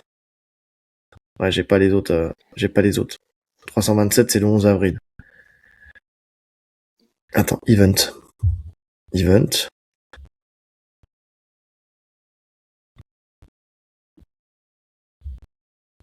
Juste une petite seconde, il s'arrête où là? Au Fight Night. Je regarde aussi. Ah putain, c'est quand même mal fait leur histoire là. Là, je suis où? Je suis en avril. Non, ils sont allés que jusqu'au 31 mai. Mais c'est des Fight Night. Ah, putain, t'as pas de numéroté, hein. Le T'as pas de 327, c'est numéroté, non. le 5 avril. Et après, ils vont pas plus loin. Bah moi Ils vont j'en pas ai plus loin. jusqu'en mai, et jusqu'en mai là c'est que des Fight Night. T'as le Ouais, tu vois, c'est 327 comme ça. t'as dit en avril. Ouais. Ouais, vas-y, ils font chier eux aussi. Bon, bref. Passons, on sait pas. Mais bon, en tout cas, dans l'idéal, ça serait ça. Et puis après, Nassourdine, il attend et il prend le prochain spot, que ça soit soit pour un titre vacant, avec un Shimaev qui monte, soit contre un Strickland, si Strickland venait à se débarrasser de Shimaev. Ouais, ou alors dans l'idéal, l'UFC porte ses couilles et lui dise tu défends contre qui on te dit de défendre en fait. Mais Dans un monde l'UFC, ça idéal. les arrange, que ça soit Strickland. Oui. L'UFC, ils veulent Strickland aussi, hein, on va pas se mentir. Donc bon, bref. Passons. En attendant, c'est vrai que s'il veut rester actif, mais pas dans sa discipline, il veut combattre au RAF, donc cet événement de lutte là qui prend de l'ampleur en ce moment là. Donc il souhaite Colby Covington. Intéressant hein, comme fight, hein, mais en lutte, pas en MMA, en lutte. Il dit au prochain RAF, je vais rendre le garçon américain humble. Et encore une fois, Colby Clown, allons-y. Et en fait, tu sens que il doit pas aimer les déclarations justement de Colby Covington justement sur Shimaev qui sont qui sont des déclarations habituelles en fait de Covington. Hein. C'est embarrassant, il dit ça. C'est embarrassant, Khamzat Chimaev tourne ce sport ridicule. Tu devrais défendre ton titre plusieurs fois avant même de penser à changer de catégorie. Tu as déjà bougé de division et tu fais perdre énormément d'argent à l'UFC en te retirant à la dernière minute du combat contre le Soy Boy, Ned Diaz. Tu es monté en 84, tu as gagné le titre, mais tu n'as toujours pas défendu. Donc C'est qui dit ça? c'est Colby Covington qui dit ça. Putain, Il critique Shimaev. j'arrive Et à être d'accord avec Colby. pour une fois, voilà, c'est mesuré. Mais c'est factuel en plus. Bah oui. Ouais. Non, franchement là c'est du foutage de gueule. Tu vois quand t'as un champion actif, enfin quand t'as un champion en titre, que t'as des prétendants qui attendent leur tour, t'as pas à les combattre ailleurs. Bah oui. Surtout quand tu nous dis que t'es blessé, que t'as ci, que t'as ça dans le combat. Tu vois, limite, bon, on en parlera après, mais le cas de Saroukian, ou de Saroukian, tu sens qu'il est mis un peu de côté par l'UFC, où il n'y a pas de proposition qui arrive. Pour rester actif, tu vas ailleurs, je comprends. Je comprends, Hmm. voilà, tu restes actif et tu restes sur le devant de la scène. Là, t'es le champion, il y a du monde derrière. C'est bon, défends ta ceinture. Bah je suis d'accord. Puis ne feinte pas de blessure, ne feinte pas de ceci, arrête de nous compter fleurettes, là t'es relou. En fait c'est pour ça, tu sais, on lui a pas donné le titre pendant des années, mais je comprends pourquoi. Mais quel bourbier. Mais c'est le genre de combattant. Lui, par exemple, on n'aurait pas dû lui donner un titre. On aurait dû continuer à le faire galérer parce que tu sais que Mm. de toute façon, il va te tuer une organisation, il va te tuer une KT. Ouais, ouais. Maintenant, ceci Donc, dit, pour revenir au combat de lutte, ça m'intéresse. Même si, même si, pour moi, il a pas à le faire. Mais en lutte pure, ce combat m'intéresse. ouais, Même s'il y a quand même un écart de physique qui est énorme. Hein. c'est ce que j'allais dire. Un énorme écart de physique Quand il était en parce que Col... 77, ça aurait plus de sens. ouais, mais même Mais là, il Colby, a pris un, c'est il un a pris un 60, c'est gap un de ouf. petit 77 en plus. Ouais, ouais. Mais là, il a pris un gap de ouf, Chimaev. Non, mais Shimaev, là, il voit que ses amis ils sont en train de s'amuser dans cet événement-là. En plus, il y a des bagarres générales. Il voulait être là pour se bagarrer, Donc il se dit, ouais, bah pourquoi pas moi. Mais ce qui est dommage, c'est que le mec parle du RAF à partir du moment où ça part en couille parce que son pote Saroukian déclenche une bagarre générale. Tu vois, c'est-à-dire que le mec, en fait, avant ça, il s'en foutait et c'est à partir du moment où il se dit, bah, en fait, on peut se taper aussi. Bah, vas-y, c'est bon, j'arrive, je prends l'avion. Il a dit, je prends l'avion tout de suite. Il a dit. Ah, Frérot, pourtant, il comment, s'était calmé, il avait dit, depuis qu'il a un enfant et tout. il est aussi calme que Tsaroukian qui dit, ça y est, c'est bon, j'ai compris la leçon. Parlons-en de Tsaroukian. Donc effectivement, il y a polémique autour de son fight là contre Giorgio Poulas au RAF 6. Ils se sont affrontés. Ça a mal fini. Tsarukyan, il a une nouvelle fois perdu ses nerfs. Il a donc tapé à la fin du fight Poulas, il estime que Poulas a fait de l'anti-jeu, en tout cas qui lui a mis des tartes, qui lui a tordu les doigts et qui lui a mis des doigts dans les yeux. C'est de la lutte, quoi. Et Attends, c'est un donc, lutteur. C'est un lutteur, Tsarukyan de base. Enfin, il y a pas mais, un combat de lutte où il y a pas ça. Ils se mettent des calottes, mais mais voilà, de fou. putain. Enfin, tu vois bien comment c'est violent la lutte. La lutte, c'est ultra violent. Les mecs, ils finissent tous arcade ouverte, etc. Quand il y a des gros combats, c'est pas choquant, c'est normal même. Mais c'est surtout que c'est pas ça les trucs choquants. C'est quand il y en a qui volontairement vont mettre un coup de tête. Tu vois, ça c'est choquant. Mais tu vois, c'est bien simple. J'avais ma vision, mais je me suis dit c'est pas suffisant. On a la chance d'avoir dans nos contacts Sabi, avec qui on avait passé le BMF Le 1 BMF, de ouais. grappling, de grappling, enfin grappling lutte à la FFL. Et c'est donc un combattant de lutte depuis toujours, et surtout c'est un arbitre de lutte. Donc je me suis dit bon, on critique la façon dont Poulas a combattu. On critique l'arbitrage qui visiblement n'aurait pas été assez dur envers Poulas. Donc moi j'ai mon idée, je vais appeler Sabi, je vais lui envoyer un message, je vais lui dire regarde le fight. Il l'avait pas vu en entier, il avait vu que des extraits. Je lui ai envoyé la regarder, et à partir de ce moment-là, il va me donner son avis en tant que professionnel, en tant qu'arbitre et en tant que combattant. Et il m'a dit, déjà d'une part, que le niveau des deux là, le niveau de combat des deux, là, sur cet événement-là, c'était un niveau amateur. Il dit normalement les tirages de doigts, tu sais, tordre les doigts, les trucs comme ça, c'est quelque chose que tu vois un amateur. Normalement, en fait, il y a beaucoup plus de lutte parce que c'est le but. Hein, quand tu regardes la première phase du fight, parce que ça se découpe en deux phases. La première phase, il y a pas de lutte. Il dit c'était un combat chiant. Euh, il estime que Tsarukyan était sûrement plus technique que Poulas, mais que Poulas est plus physique, surtout parce que c'est un jeu de lutte. En fait, t'avais l'opposition de la lutte russe contre la lutte Mhm. américaine. Euh, Poulas, il a un jeu de lutte américaine, donc c'est typique, ce jeu-là qu'il a mis en place, c'est typique de la lutte américaine, c'est une lutte qui est très physique, qui est très rude, où ça tape effectivement sur la nuque, jusqu'au moment où tu vas moins l'encaisser et puis tu vas pas réagir de la bonne manière, et c'est là où ils vont rentrer dans les jambes. Donc voilà. Mais pousser le visage, tirer la nuque, tout ce genre de choses, pour lui, c'est tout à fait normal et il y a rien de choquant là-dedans. Mhm. L'arbitre a fait son job. Il dit même plus que ce qu'il n'aurait dû, parce qu'il a pénalisé effectivement beaucoup Poulas, mais aussi Tsarukyan. Alors que il me dit, moi personnellement, ça je le pénalise pas. Et encore moins quand t'arrives dans la dernière minute du fight. Parce que normalement, dernière minute du fight, tu laisses la primauté au jeu, en tout cas à essayer d'aller gagner un fight avec de la lutte, plutôt que sur des pénalités. Donc il dit, quand on arrive à la fin du fight, en général, on ne stoppe plus le fight. Parce que c'est des moments où le fight s'arrête aussi. Donc on ne le stoppe plus et on laisse le jeu se faire.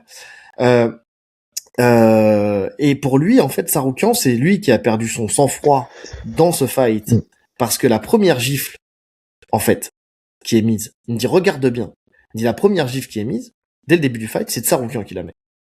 Parce que Poulas, il vient mettre un snap là. Tu sais, il vient, il tire, c'est même pas un snap, en fait, il tire la tête. Donc il le fait peut-être avec un peu de dureté parce que Poulas c'est quelqu'un de physique, et ça se voit, hein, il a un gros gabarit, mais il vient, il lui snap la tête, et en fait, t'as Tsarukyan qui se redresse comme ça, un peu choqué, et qui lui met une tarte. T'as l'arbitre qui se met entre les deux, et pourtant il vient, il arrive à lui mettre une tarte. Et en fait, ce qui m'explique, c'est que Poulas, c'est un mec qui a de l'expérience, qui sait rentrer dans la tête, pas que physiquement, mais mentalement, tu sais, de ses adversaires. Et en fait, il me dit que, bah, il a vu ça, il a fait quoi? Il en a joué. Et en fait, il a surjoué le Mhm. truc. En fait, il a dit OK. Parce que Tsarukyan, quand tu l'écoutes, il dit, oui, il m'a mis un coup, je lui ai remis un coup. Mais en fait, c'est l'inverse qui s'est passé. C'est Poulas qui a pris cette gifle et qui a dit OK, on va durcir le fight et je vais te pourrir un peu la gueule. Et d'ailleurs, tu le vois, il le pousse dès que t'as Tsarukyan qui se redresse, qui regarde l'arbitre, il vient, il le repousse tout de suite.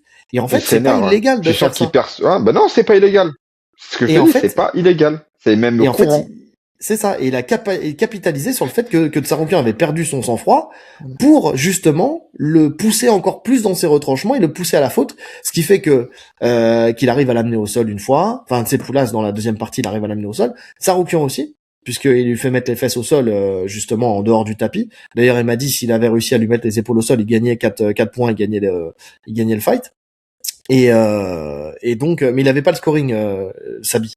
Donc, mais en tout cas, Tsarukyan arrive quand même, grâce aux pénalités qu'il a réclamées, parce que c'est lui qui les réclame, il arrive à gagner le fight. Tu vois, sur ce combat-là. Et c'est une fois que il a réussi à gagner le fight, quand le combat s'arrête, qui vient et qui commence à le marteler de coups de poing et tout ça. Donc pour lui déjà, pour Sabi, bah c'est clair et net, le T'es combat il est perdu. disqualifié direct. T'es Ah oui. disqualifié, donc t'as fait tout ça pour rien. Alors c'est vrai qu'aux yeux des gens, t'as gagné le combat. Et encore, si tu t'avais été dans un vrai combat de lutte, dans une vraie organisation de lutte, enfin, tu vois, compétition, il n'y aurait pas eu les pénalités, donc il aurait peut-être pas gagné ce combat-là, tu vois. Mais en tout cas, quoi qu'il arrive, ceux qui me disent, oui, il a perdu son sang-froid, mais en même temps, l'arbitre, mais en même temps ceci, mais en même temps cela, non, il a perdu son sang-froid, parce que ce mec-là ne sait pas tenir ses nerfs. Et en fait, encore une fois, il n'a pas su tenir ses nerfs, et c'est un vrai problème. Non, je suis d'accord. Déjà, en fait, très très peu de gens regardent la lutte. Ça, faut être honnête. Et c'est pour ça que c'est très bien que tu aies demandé à Sabi d'avoir l'avis d'un arbitre et d'un compétiteur, parce que Sabi, c'est un très très haut niveau. Hein. Sabi, par exemple, il était sparring de Francis Ngannou sur plusieurs prépas, tu vois, pour le préparer en lutte. Donc, très gros compétiteur en France. Et en fait, les gens regardent uniquement parce que c'est des mecs du MMA. En tout cas, parce qu'il y a un mec du MMA. Donc, en fait, ils regardent avec des yeux qui ne connaissent pas la lutte. Moi, le premier, hein, je suis pas habitué du tout à regarder des compètes de lutte. Les seuls moments où je regarde la lutte, c'est quand il y a les Jeux Olympiques. Mais j'ai regardé pas mal de vidéos de sparring, de lutte, etc. C'est pour ça que je te dis que c'est hyper courant, en fait, ces tartes-là. C'est même typique de la lutte. C'est de l'usure, en fait. Et bah, t'as Thomas Loubersen qui a mis ça en place avec le tartinage. Bon, c'est moins en mode tarte, mais plus en mode tirage de tête. Mais en lutte, ils se mettent des tartines. C'est vraiment le mot. Ils se mettent des tartines. Tu regardes un combat de lutte, je te dis, c'est hyper violent. Et c'est pour ça que les mecs sont hyper physiques, hyper durs. Et que justement, la transition avec le MMA, ça leur fait pas peur parce qu'ils se prennent déjà des coups de fou dans leur discipline. Mais oui, ils ont pas peur du contact. Ça reste un sport de contact, en vrai. Hein. Mm. Donc, non, il y a aucun élément qui va dans le sens de Tsaroukian sur ce pétage de plomb. Il pète les plombs, comme t'as dit, parce qu'il a du mal à garder ses nerfs. Et parce que c'est typique de Tsaroukian, en fait. Tu sais, ça arriverait une fois, on pourrait dire, voilà, on sait pas ce qui s'est passé en dehors, peut-être qu'il y a des problèmes, il a pété les plombs. Non, c'est systématique. Man. Là, il y a eu 3 épisodes avec Tsaroukian. Il y a eu le mec dans le public, à qui il met une droite. Il y a eu le coup de boule contre Hooker. Maintenant, il y a le grand endpoint sur un combat de lutte. À un moment, faut arrêter les conneries. Et en plus, tu vois dans ses yeux, franchement, le mec, il est à l'ouest, Tsaroukian. ouais, tu sens qu'il a un moment de déconnexion. Mais il est à l'ouest. Et il vient te dire que il voulait faire ça plus tôt dans le fight, mais il a quand même attendu la fin. Merci, Arman. Mais écoute, grand seigneur, il a attendu que l'arbitre siffle pour venir lui rentrer dedans. Il dit parce que normalement, quand on te frappe plusieurs fois comme ça, tu rentres dedans tout de suite. Mais frérot, mais continue le MMA si en fait tu veux rendre coup pour coup en fait. C'est vraiment un gros problème de gestion émotionnelle, hein, parce que ça m'étonnerait pas que dans la vie de tous les jours, c'est quelqu'un d'adorable. Et on en connaît plein des profils comme ça. On en connaît plein, même dans le grappling, il y en a plein. Tu vois, c'est des mecs, quand tu parles avec eux, ils sont super cool. Pourquoi tu rigoles? Je ne sais pas. Puis, parce que parce qu'après il bute quelqu'un et puis après t'as les voisins qui disent mais pourtant c'était quelqu'un, il m'a aidé à monter mes courses une fois. Tu sais, c'est comme dans tous les trucs. Ce que je veux dire, c'était c'est un que profil jamais j'aurais imaginé. t'as vu, c'est des mecs quand tu parles avec eux hors contexte sportif, en tout cas hors compétition, ils sont super cool. Mais dès qu'ils sont en mode compétition, ça brille dans leur tête. Ils contrôlent plus rien. Et il y a plein de profils comme ça. Et T'as oublié un détail hein, d'ailleurs. Il est comme ça. T'as oublié un événement quand il a combattu en grappling et qu'il prend une manchette et puis qu'il envoie un coup de genou ou un front kick, je sais plus, au mec à la CBJJ. J'ai oublié ça. Tu vois? Donc, tu vois, c'est pas que le récurrent. troisième, c'est le quatrième là, c'est le quatrième. C'est la 4e fois que ça arrive. En fait, le mec, dès qu'il combat, il a en ce moment là ses derniers affrontements. À part si le dernier événement au RAF là, parce que c'est la 2e fois qu'il combat au RAF où il y a rien eu, mais sinon, allez 99% du temps, dès qu'il a un fight de prévu, il vrille. Le mec il vrille sur n'importe quoi. Ouais. Non, c'est un vrai problème. Ah, c'est C'est très compliqué. C'est très compliqué, mais en tout cas, ça envoie de très mauvais signaux à l'UFC. Et pourtant, il essaie de se redorer son image. Hein. Alors après, je suis d'accord, par contre, avec les gens qui disent, attends, t'as un Connor qui a acheté un truc sur un bus, qui a mis des éclats de verre dans les yeux de certaines personnes.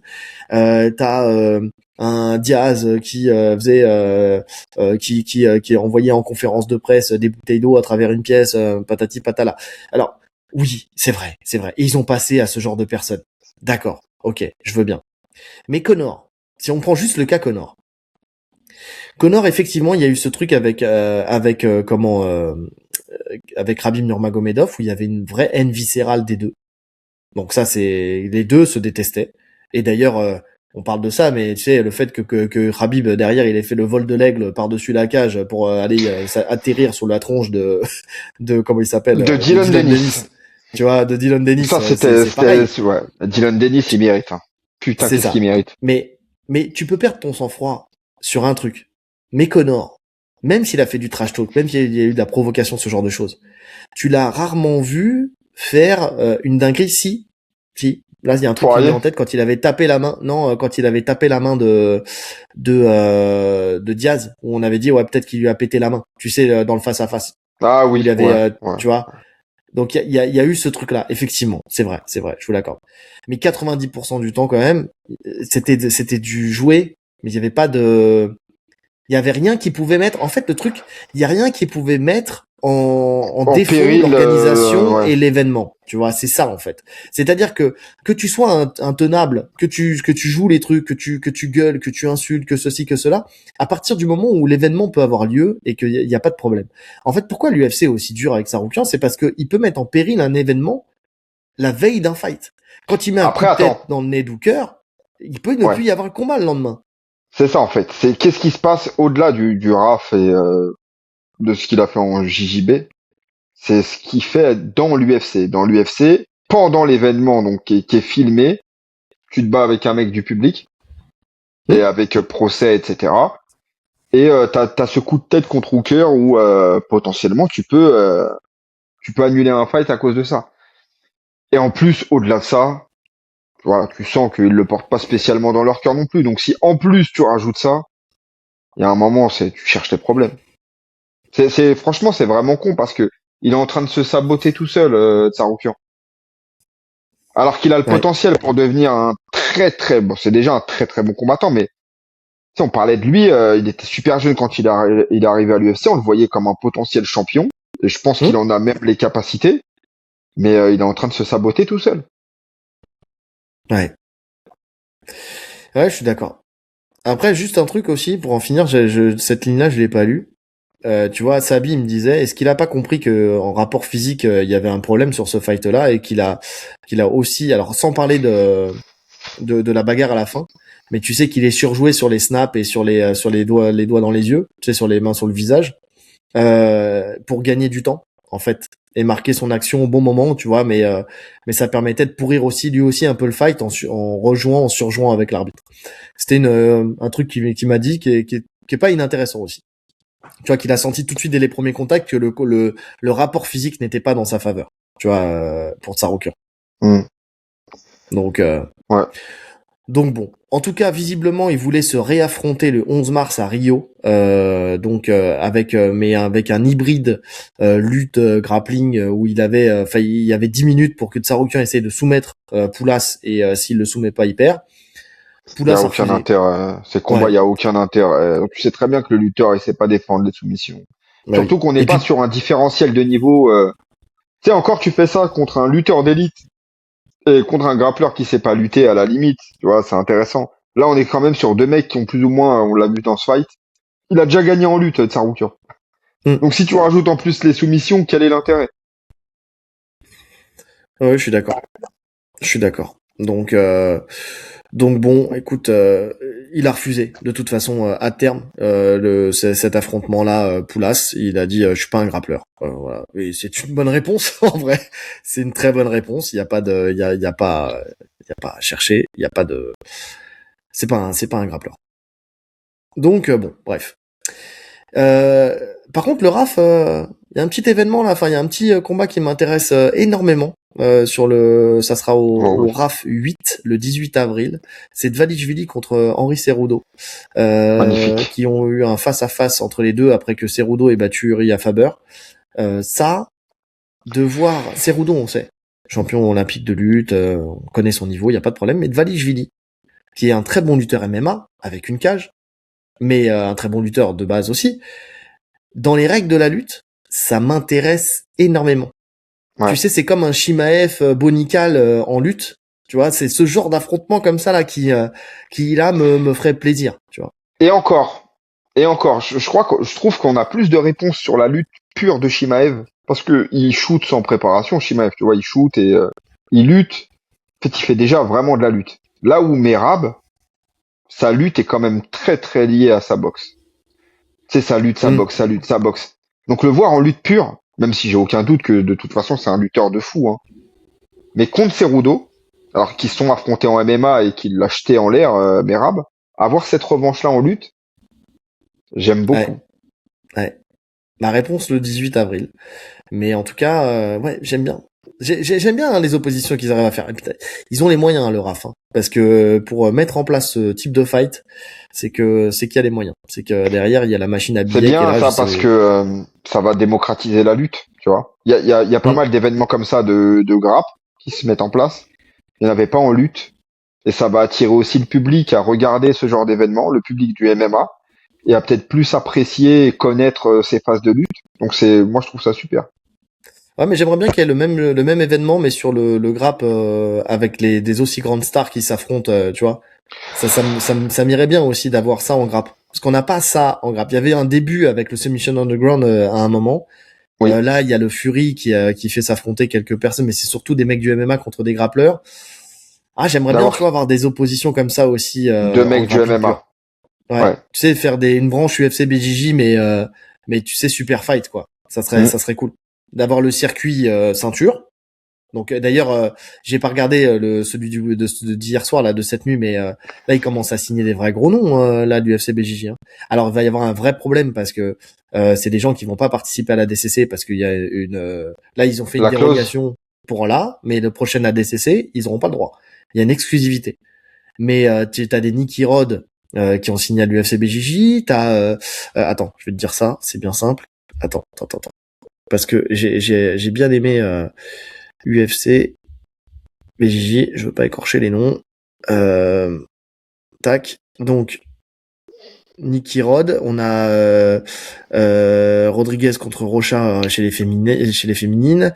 On a qui d'autre encore que j'ai vu. On a Miao. Alors lui, il est vieux, ok, mais je vois en Miao qui a signé.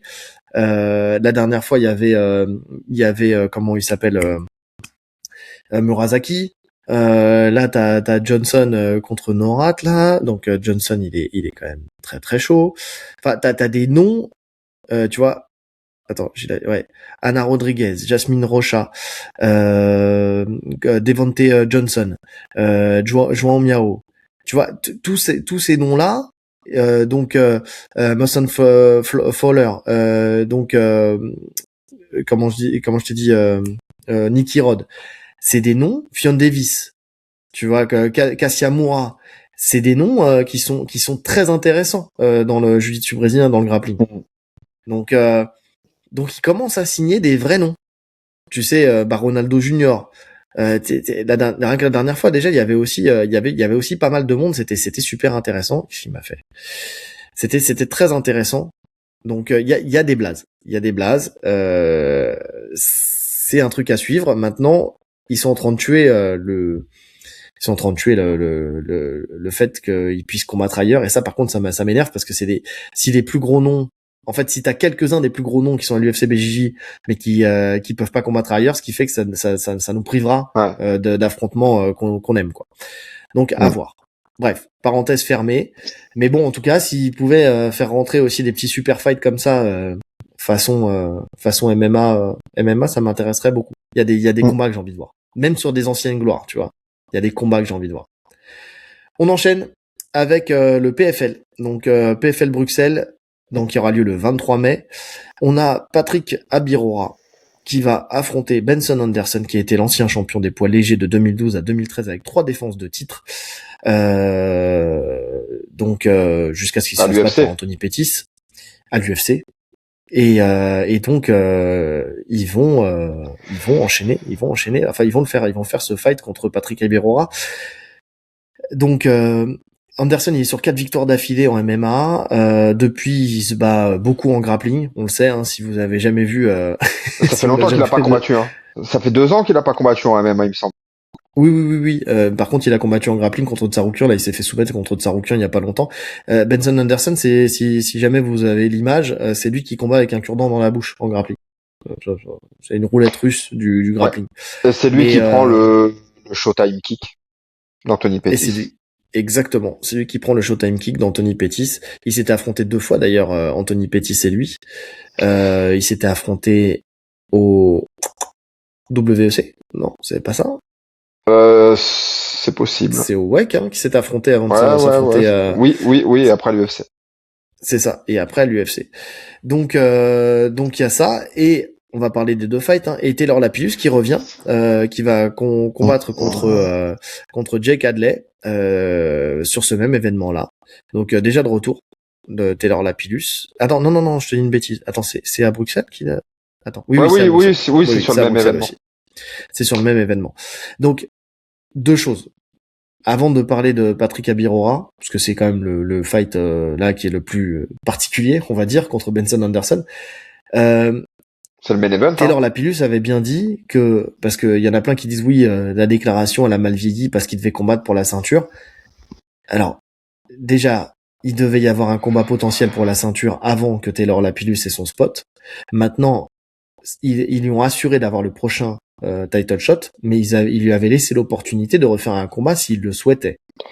Donc et ça je le sais de source sûre hein, parce que c'est Eric Cara qui m'avait dit qui m'avait donné l'information. Donc c'est son homme de coin hein, c'est lui qui gère Taylor Lapillus. Donc pour le coup, on lui a laissé cette opportunité. Visiblement, il a pris cette opportunité. Donc maintenant ça paye pas, il le verra bien. Il faut qu'il gagne son combat pour être sûr d'avoir toujours son spot. Mais en tout cas quoi qu'il arrive, c'était quelque chose qui était prévu, c'est normal. Tu vois qu'il ait pris ce fight, il y a rien de particulier, c'est pas le PFL qui lui fait à l'envers ou quoi que ce soit, c'est qu'il avait le choix de combattre ou de pas combattre. C'est juste ça. Il a pris le choix de combattre. Point, c'est tout. Ouais, mais c'est bien. C'est bien puisqu'en plus comme on l'a dit, on voit des nouveaux ajustements sur Taylor qui est un peu plus agressif et un peu plus dur dans ses fights. Je pense qu'il faut continuer. Tu sais, quand tu fais des réglages comme ça et que tu changes des choses dans ton jeu, c'est bien de combattre souvent, justement. Et je pense qu'on aura encore une meilleure version de Taylor sur ce fight. Donc c'est une bonne chose. Ouais. Quant à Patrick Ibirora, il est habitué aux anciens de l'UFC. Hein. Là, il commence, c'est l'UFC Hunter, on va l'appeler. C'est le mec qui prend des anciens de l'organisation et il les affronte. Hein. Il a raison. Ça lui donne une légitimité. Je trouve ça super bien, surtout en début de carrière, quand tu te construis.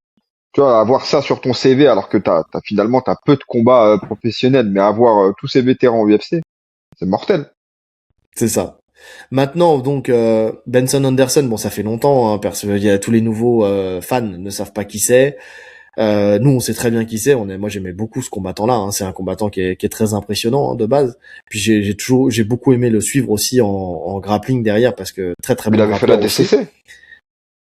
Il a été à la DCC. Il a été à la DCC, Benson. Je sais plus. Je sais qu'il a fait des galas type Polaris et tout ça, mais je suis quasi sûr. Ah, je sais plus. Mais bon, en tout cas, pour le coup, c'est un bon fight. Alors voilà, maintenant oui, effectivement, Benson Anderson, il n'est pas de première fraîcheur, ça fait longtemps qu'il n'a pas combattu en MMA. Oui, sur le papier, la jeunesse et le pouvoir de KO de Patrick Ibirora devraient avoir raison de Benson Anderson. Maintenant, c'est un fight. Alors certes, sportivement, c'est peut-être pas ce qu'il y a de plus intéressant, mais d'un point de vue non à accrocher à un CV et potentiellement prime associée à ce fight, c'est super intéressant. Tu ne peux pas refuser un Benson Anderson, c'est pas possible. Oui, je suis d'accord. Oui, il a fait la DCC 2015. D'accord. Ouais. C'était il y a 10 ans. Pour ça que ma mémoire m'a fait défaut. Mais oui, tu peux pas refuser ce fight. Je sais pas ce que t'en penses, mais Bah bien sûr. En plus, c'est un retour pour le coup à notifier. C'est quand même un retour en lightweight pour Patrick qui a fait ses 2 derniers fights, il me semble, en welter. Donc bien. ouais. C'est en lightweight le combat. Parce que Benson c'est un lightweight. Il combat pas en welter Benson. C'est une bonne question. Est-ce qu'il y a l'info? Est-ce que il revient pour combattre en welter ou c'est dans sa caté de base? Attends, je vais aller sur le site du PFL. Enfin, en tout cas est-ce que sur l'Instagram du PFL, est-ce que, Parce qu'il est vraiment entre deux, Patrick. Moi, je l'ai pas trouvé physiquement, je l'ai pas trouvé ridicule contre Kevin Jousset en 77. Donc il oui, peut oui, très oui. bien Ah non, combattre en 77 à Birora. non, c'est en 77. Ah ok, donc il s'installe en 77 finalement. Ouais. C'est en 77. C'est marqué là.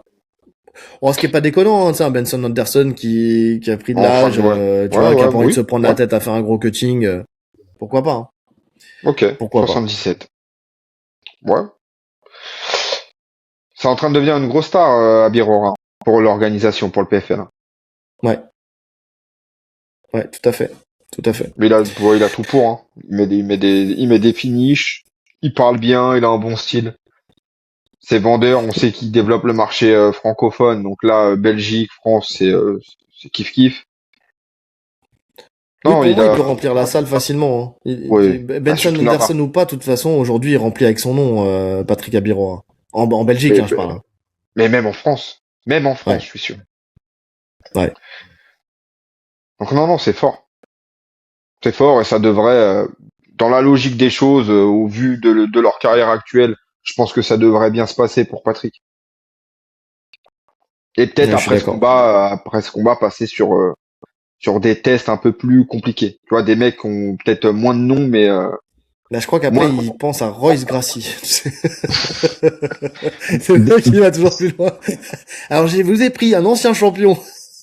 des Parce qu'il mecs avait qui ont vendu des noms. en fait, il avait teasé un ancien champion. Donc, on savait pas si c'était Pettis, Anthony Pettis, ou si c'était, de toute façon, un des deux adversaires, tu vois, ou Benson Anderson. Donc là, alors là, je vous ai prévu un ancien champion de l'UFC. Cabot. Alors, je vais affronter Matt Hughes. Tu sais,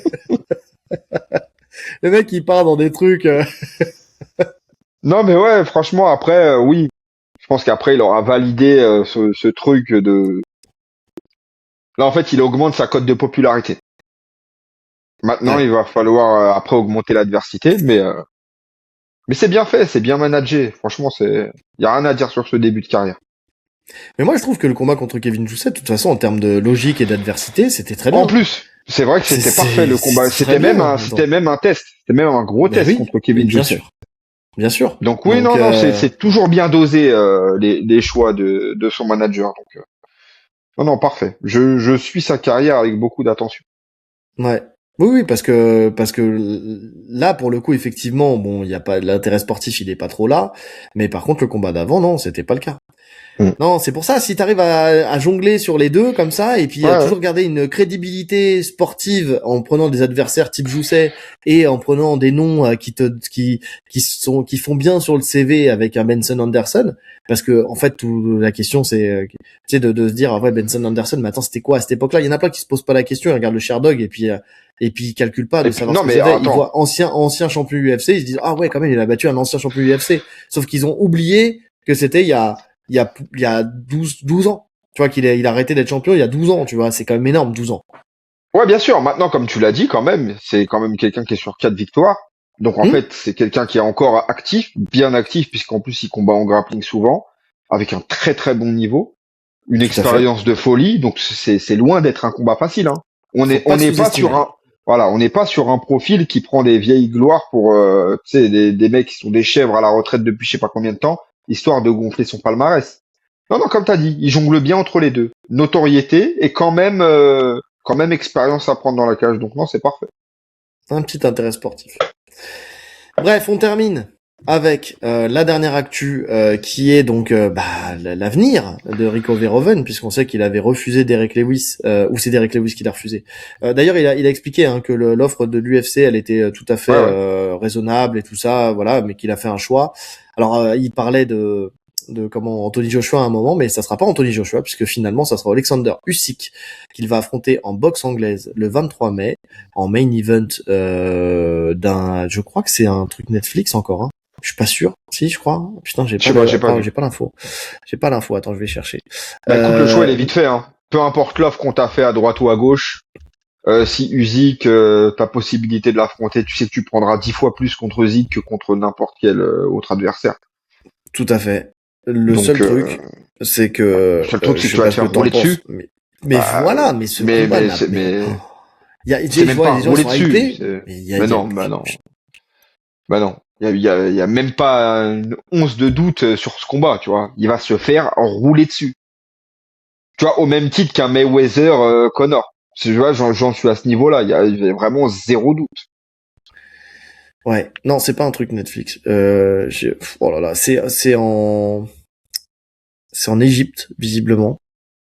Attends, c'est pour le titre en plus. C'est pour le titre. Attends. Decline. Et C'est pour le titre. Ah ouais, ça n'a vraiment aucun sens. Ouais, Undisputed versus Undisputed. Ouais, WBC pour le titre WBC. Bah en fait, ouais. Écoute, je... c'est que je sais même pas quoi trop en dire de ce fight parce que pour moi il y a pas match. Il y a pas match du tout. Il va se faire mettre KO. Franchement, s'il veut, il le met KO dans le premier round. Bah, bien sûr. Bah, évidemment. Mais surtout, on parle de Usyk.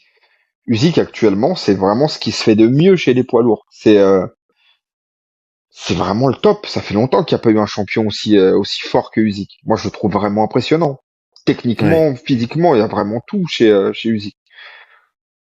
Non, il n'y a pas match. Il y a pas. Je t'ai dit, le seul intérêt qu'il y a, c'est pour la poche de Verhoeven qui va gonfler autant que sa tête. C'est tout. Pour payer la Ah, glace. c'est le seul intérêt. Et tant mieux pour lui, parce que je pense pas que le pied-point. Alors même si il est champion du Glory, donc non, ouais, il est au Glory.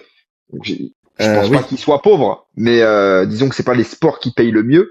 Donc là, il va finir sa carrière avec une belle somme. Attends. C'est le Tu seul sais où ça se intérêt pour passe? moi. Tu sais où ça se passe? Non? À la pyramide de Gizeh. Bah voilà, l'intérêt il est là. Ça veut dire qu'on va avoir un beau spectacle. Voilà. Mais quand même, il y a la boxe, tu sais, il y a un renouveau de la boxe, mais il y a aussi un truc qui me dérange dans la boxe, là, c'est que les plus grands noms de la boxe affrontent des gens qui ont rien à foutre là, à ce niveau-là. Tu vois, ouais, je parle même de Ngannou, hein, qui affronte un Tyson Fury, ou un Joshua. Alors c'est très bien pour leur poche, hein. Mais là, un Verhoeven qui va affronter un Usyk, un Jack Paul qui affronte un Anthony Joshua. Enfin, il y a un moment, elle est où la logique? Ça, par contre, tu vois, on critiquera l'UFC, mais t'aurais jamais vu un Rico Verhoeven, même si ils étaient pas potes, hein, contre un Thomas Spinal pour son premier fight. Ouais. Ça peut pas arriver.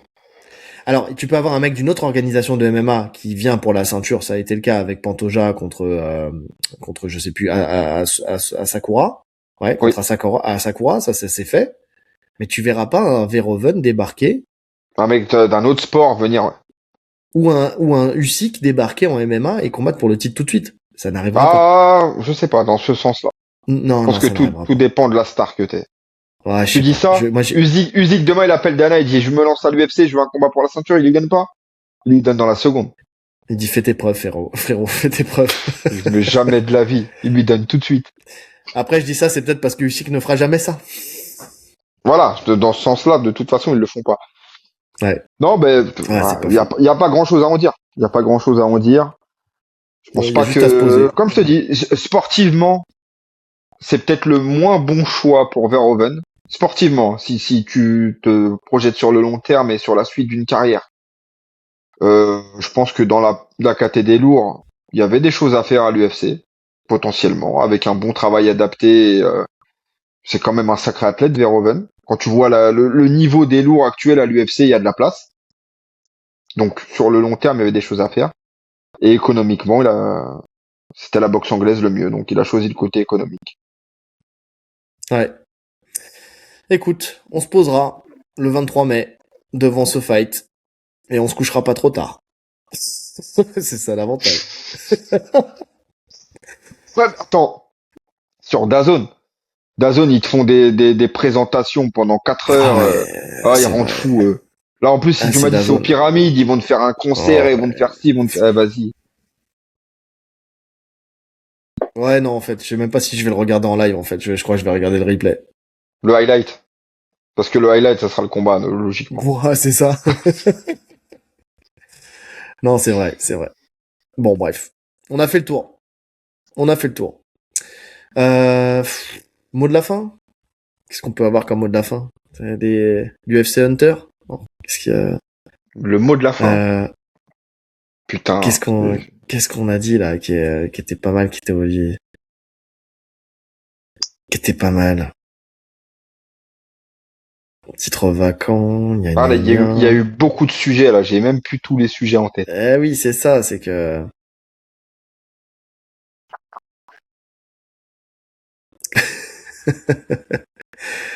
Un truc. Non, c'est un truc avec Colby Covington qui est revenu à la raison. Je sais pas s'il y a un truc à faire. Putain, mais c'est vrai qu'il y avait beaucoup d'actu Sinon, là. tu peux jouer sur le fait n'es-tu pas blessé? Non, j'attends Strickland. Dites-nous tous qui vous attendez. Ça peut être drôle ça. Tu sais, un truc comme ça. Attends. Tu sais, genre n'es-tu pas blessé? Non, j'attends Dark Vador. Oh non, tu m'as perdu là. Tu sais, il y a quelqu'un qui a demandé à Shimaev s'il était pas blessé. Et il a répondu non, j'attends Strickland. Mais tu sais, tu peux faire n'importe quoi. Non, j'attends Mary Poppins. Non, j'attends, je sais pas, Benson Anderson. Non, j'attends, tu sais, ça serait drôle. Tu sais, un truc, ça peut être un running gag, tu sais, qui peut devenir, en plus, ça, c'est le genre de truc, ça peut être, n'es-tu pas blessé? Quelqu'un, non. Ouais. Non. Faut être vraiment surprenant dans la réponse alors. Ben, c'est ça qui est drôle. Mais moi, c'est, en fait, j'ai envie de rigoler, savoir qui vous attendez vraiment. Non, j'attends la mort. Faut vraiment être drôle dans la réponse. De toute façon, franchement, j'ai pas mieux. Je te dis, j'ai pas de... Allez, on a trop parlé là. On a trop parlé... pourtant, il est pas si long que ça. 1h47. Non, 1h45. Ouais. Donc, n'es-tu pas blessé? Non, j'attends. Et là, libre à vous. Allez, faites-vous plaisir. Franchement, faites-nous rigoler. J'ai envie de rigoler là en ce moment. J'ai envie de rigoler. Donc voilà. N'hésitez pas à aller voir notre analyse de Colby, n'importe quoi, de Holloway contre Oliveira, puisque franchement, soit ce combat n'intéresse personne, soit c'est nous, on n'intéresse plus personne, parce que franchement, on a fait 500 vues, c'est catastrophique. Mais j'en parlais avec Baba hier. Le nombre de vues en descente, c'est un peu tout le monde. Franchement, là, c'est un peu catastrophique partout. Je sais pas si c'est YouTube et les algorithmes ou j'en sais rien, mais c'est un peu chaud. C'est un peu chaud pour tout le monde. Mais bon, quand même, si vous l'avez pas encore découvert, si vous saviez pas qu'il était sorti, si ça n'a pas été poussé, c'est que vous n'avez pas cliqué sur la cloche de notification pour ne rien rater déjà. Donc faites-le. Donnez-nous votre avis, votre pronostic. N'hésitez pas à nous donner votre avis aussi sur les actus de cette semaine. Et puis on se retrouve après pour le débrief. Le débrief. N'hésitez pas aussi à aller voir aussi justement l'épisode de RMC d'hier qu'on a fait sur l'évolution du grappling dans le MMA. Puis voilà. Likez, commentez, partagez, cliquez sur la cloche de notification pour ne rien rater, les 5 étoiles sur toutes les plateformes de podcast, le lien Tipeee en description si le cœur vous en dit, le lien vers un porte-fight avec le code promo TATAMI10 pour avoir 10% de réduction sur tout le site. Et puis nous, il ne reste plus qu'à vous souhaiter une bonne journée. Ou une bonne soirée. En fonction de l'heure à laquelle vous nous écoutez. Allez, salut. Salut.